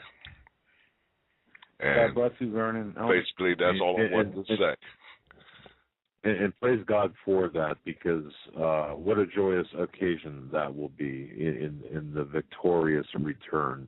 And see, Vernon, let me wait, Vernon, don't go. Let me ask you a question, all right? Yes. Because you have your own show. Let me just ask this question. This has been going through my head, and Joe and I have been talking about this, and we've been talking about this on air. We what's the aversion about talking about Jesus, using the name, invoking the name Jesus, and when you do that, there seems to be this anger, this either an anger or an embarrassment or some aversion when the name Jesus is brought up. Oh, what's up with that? I understand. Oh, hallelujah! Thank you, Doug. Hallelujah. There's so much power in the name of the Lord Jesus Christ. Satan cannot stand the name of Jesus. The demons in hell cannot stand the name of Jesus. This is how much power is invoked in the name of Jesus. When you're in the body of Christ and you plead the blood of Jesus, they got to flee. They have no win. They have no authority over you at no cost. Yeah. And that's the power. It's the power. It's the power. Very good. Vernon, very good. I kind of figured that was the case. I wanted to get your take on it because that's where that's what I see. I see that and we're going to be they run from the power. Yeah, they run from that power. The blood, see, understand, when Christ died on the cross and he shed his blood, he gave you, he invoked, he put into you, okay? You're one, you're in union, okay? Just like the God the Father, God the Son, and God the Holy Spirit are one in union. And when you come into the body of Christ, oh, Lord, have mercy, you became one within that union. And it's all under the blood. It's all under the blood of Jesus Christ.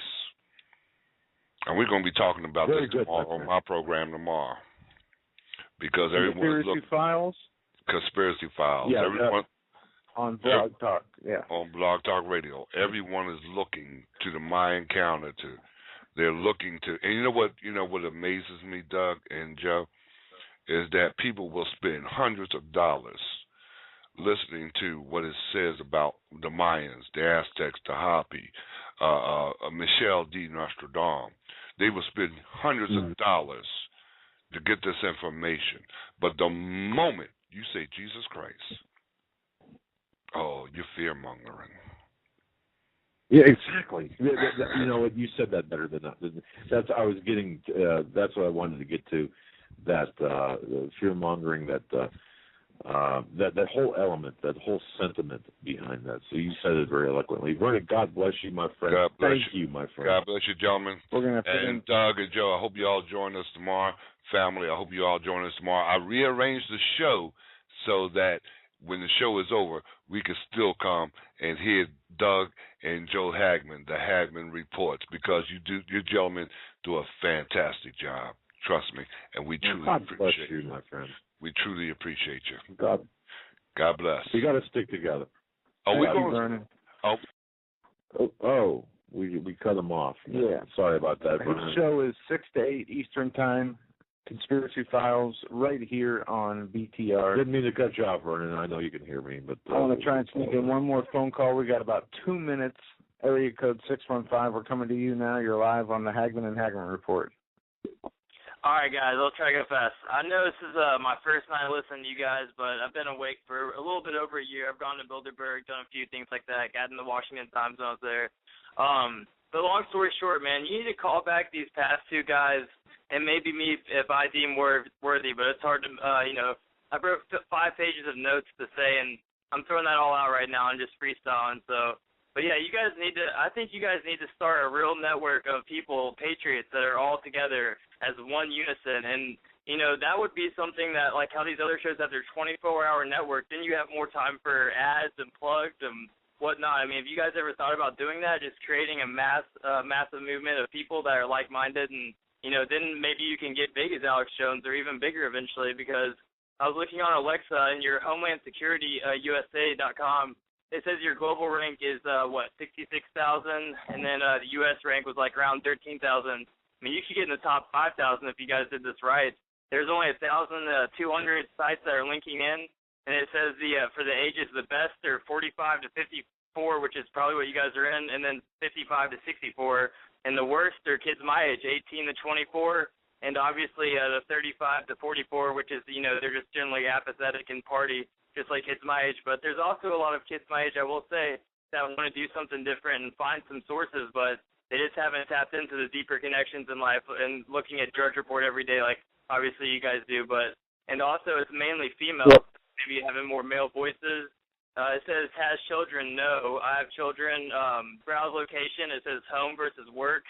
More home, so obviously you can't listen to controversial radio at work. But what do you guys have to say about that? Caller, hold on a second. Look, we got about 20 seconds left of the program. Do me a favor. Go to HomelandSecurityUS.com. Click on my email name, send me an email with the subject line being show, SHOW, and then we'll dialogue off air. And we got your number. We can call you to answer that email because you do have some good ideas. And we've reached the end of the show. I want to thank you so much for calling, and definitely contact us. Tomorrow night, Rust is our 9 o'clock Eastern time. Yep. Don't miss it. Steve Quayle. Have a good night, everybody, and God bless.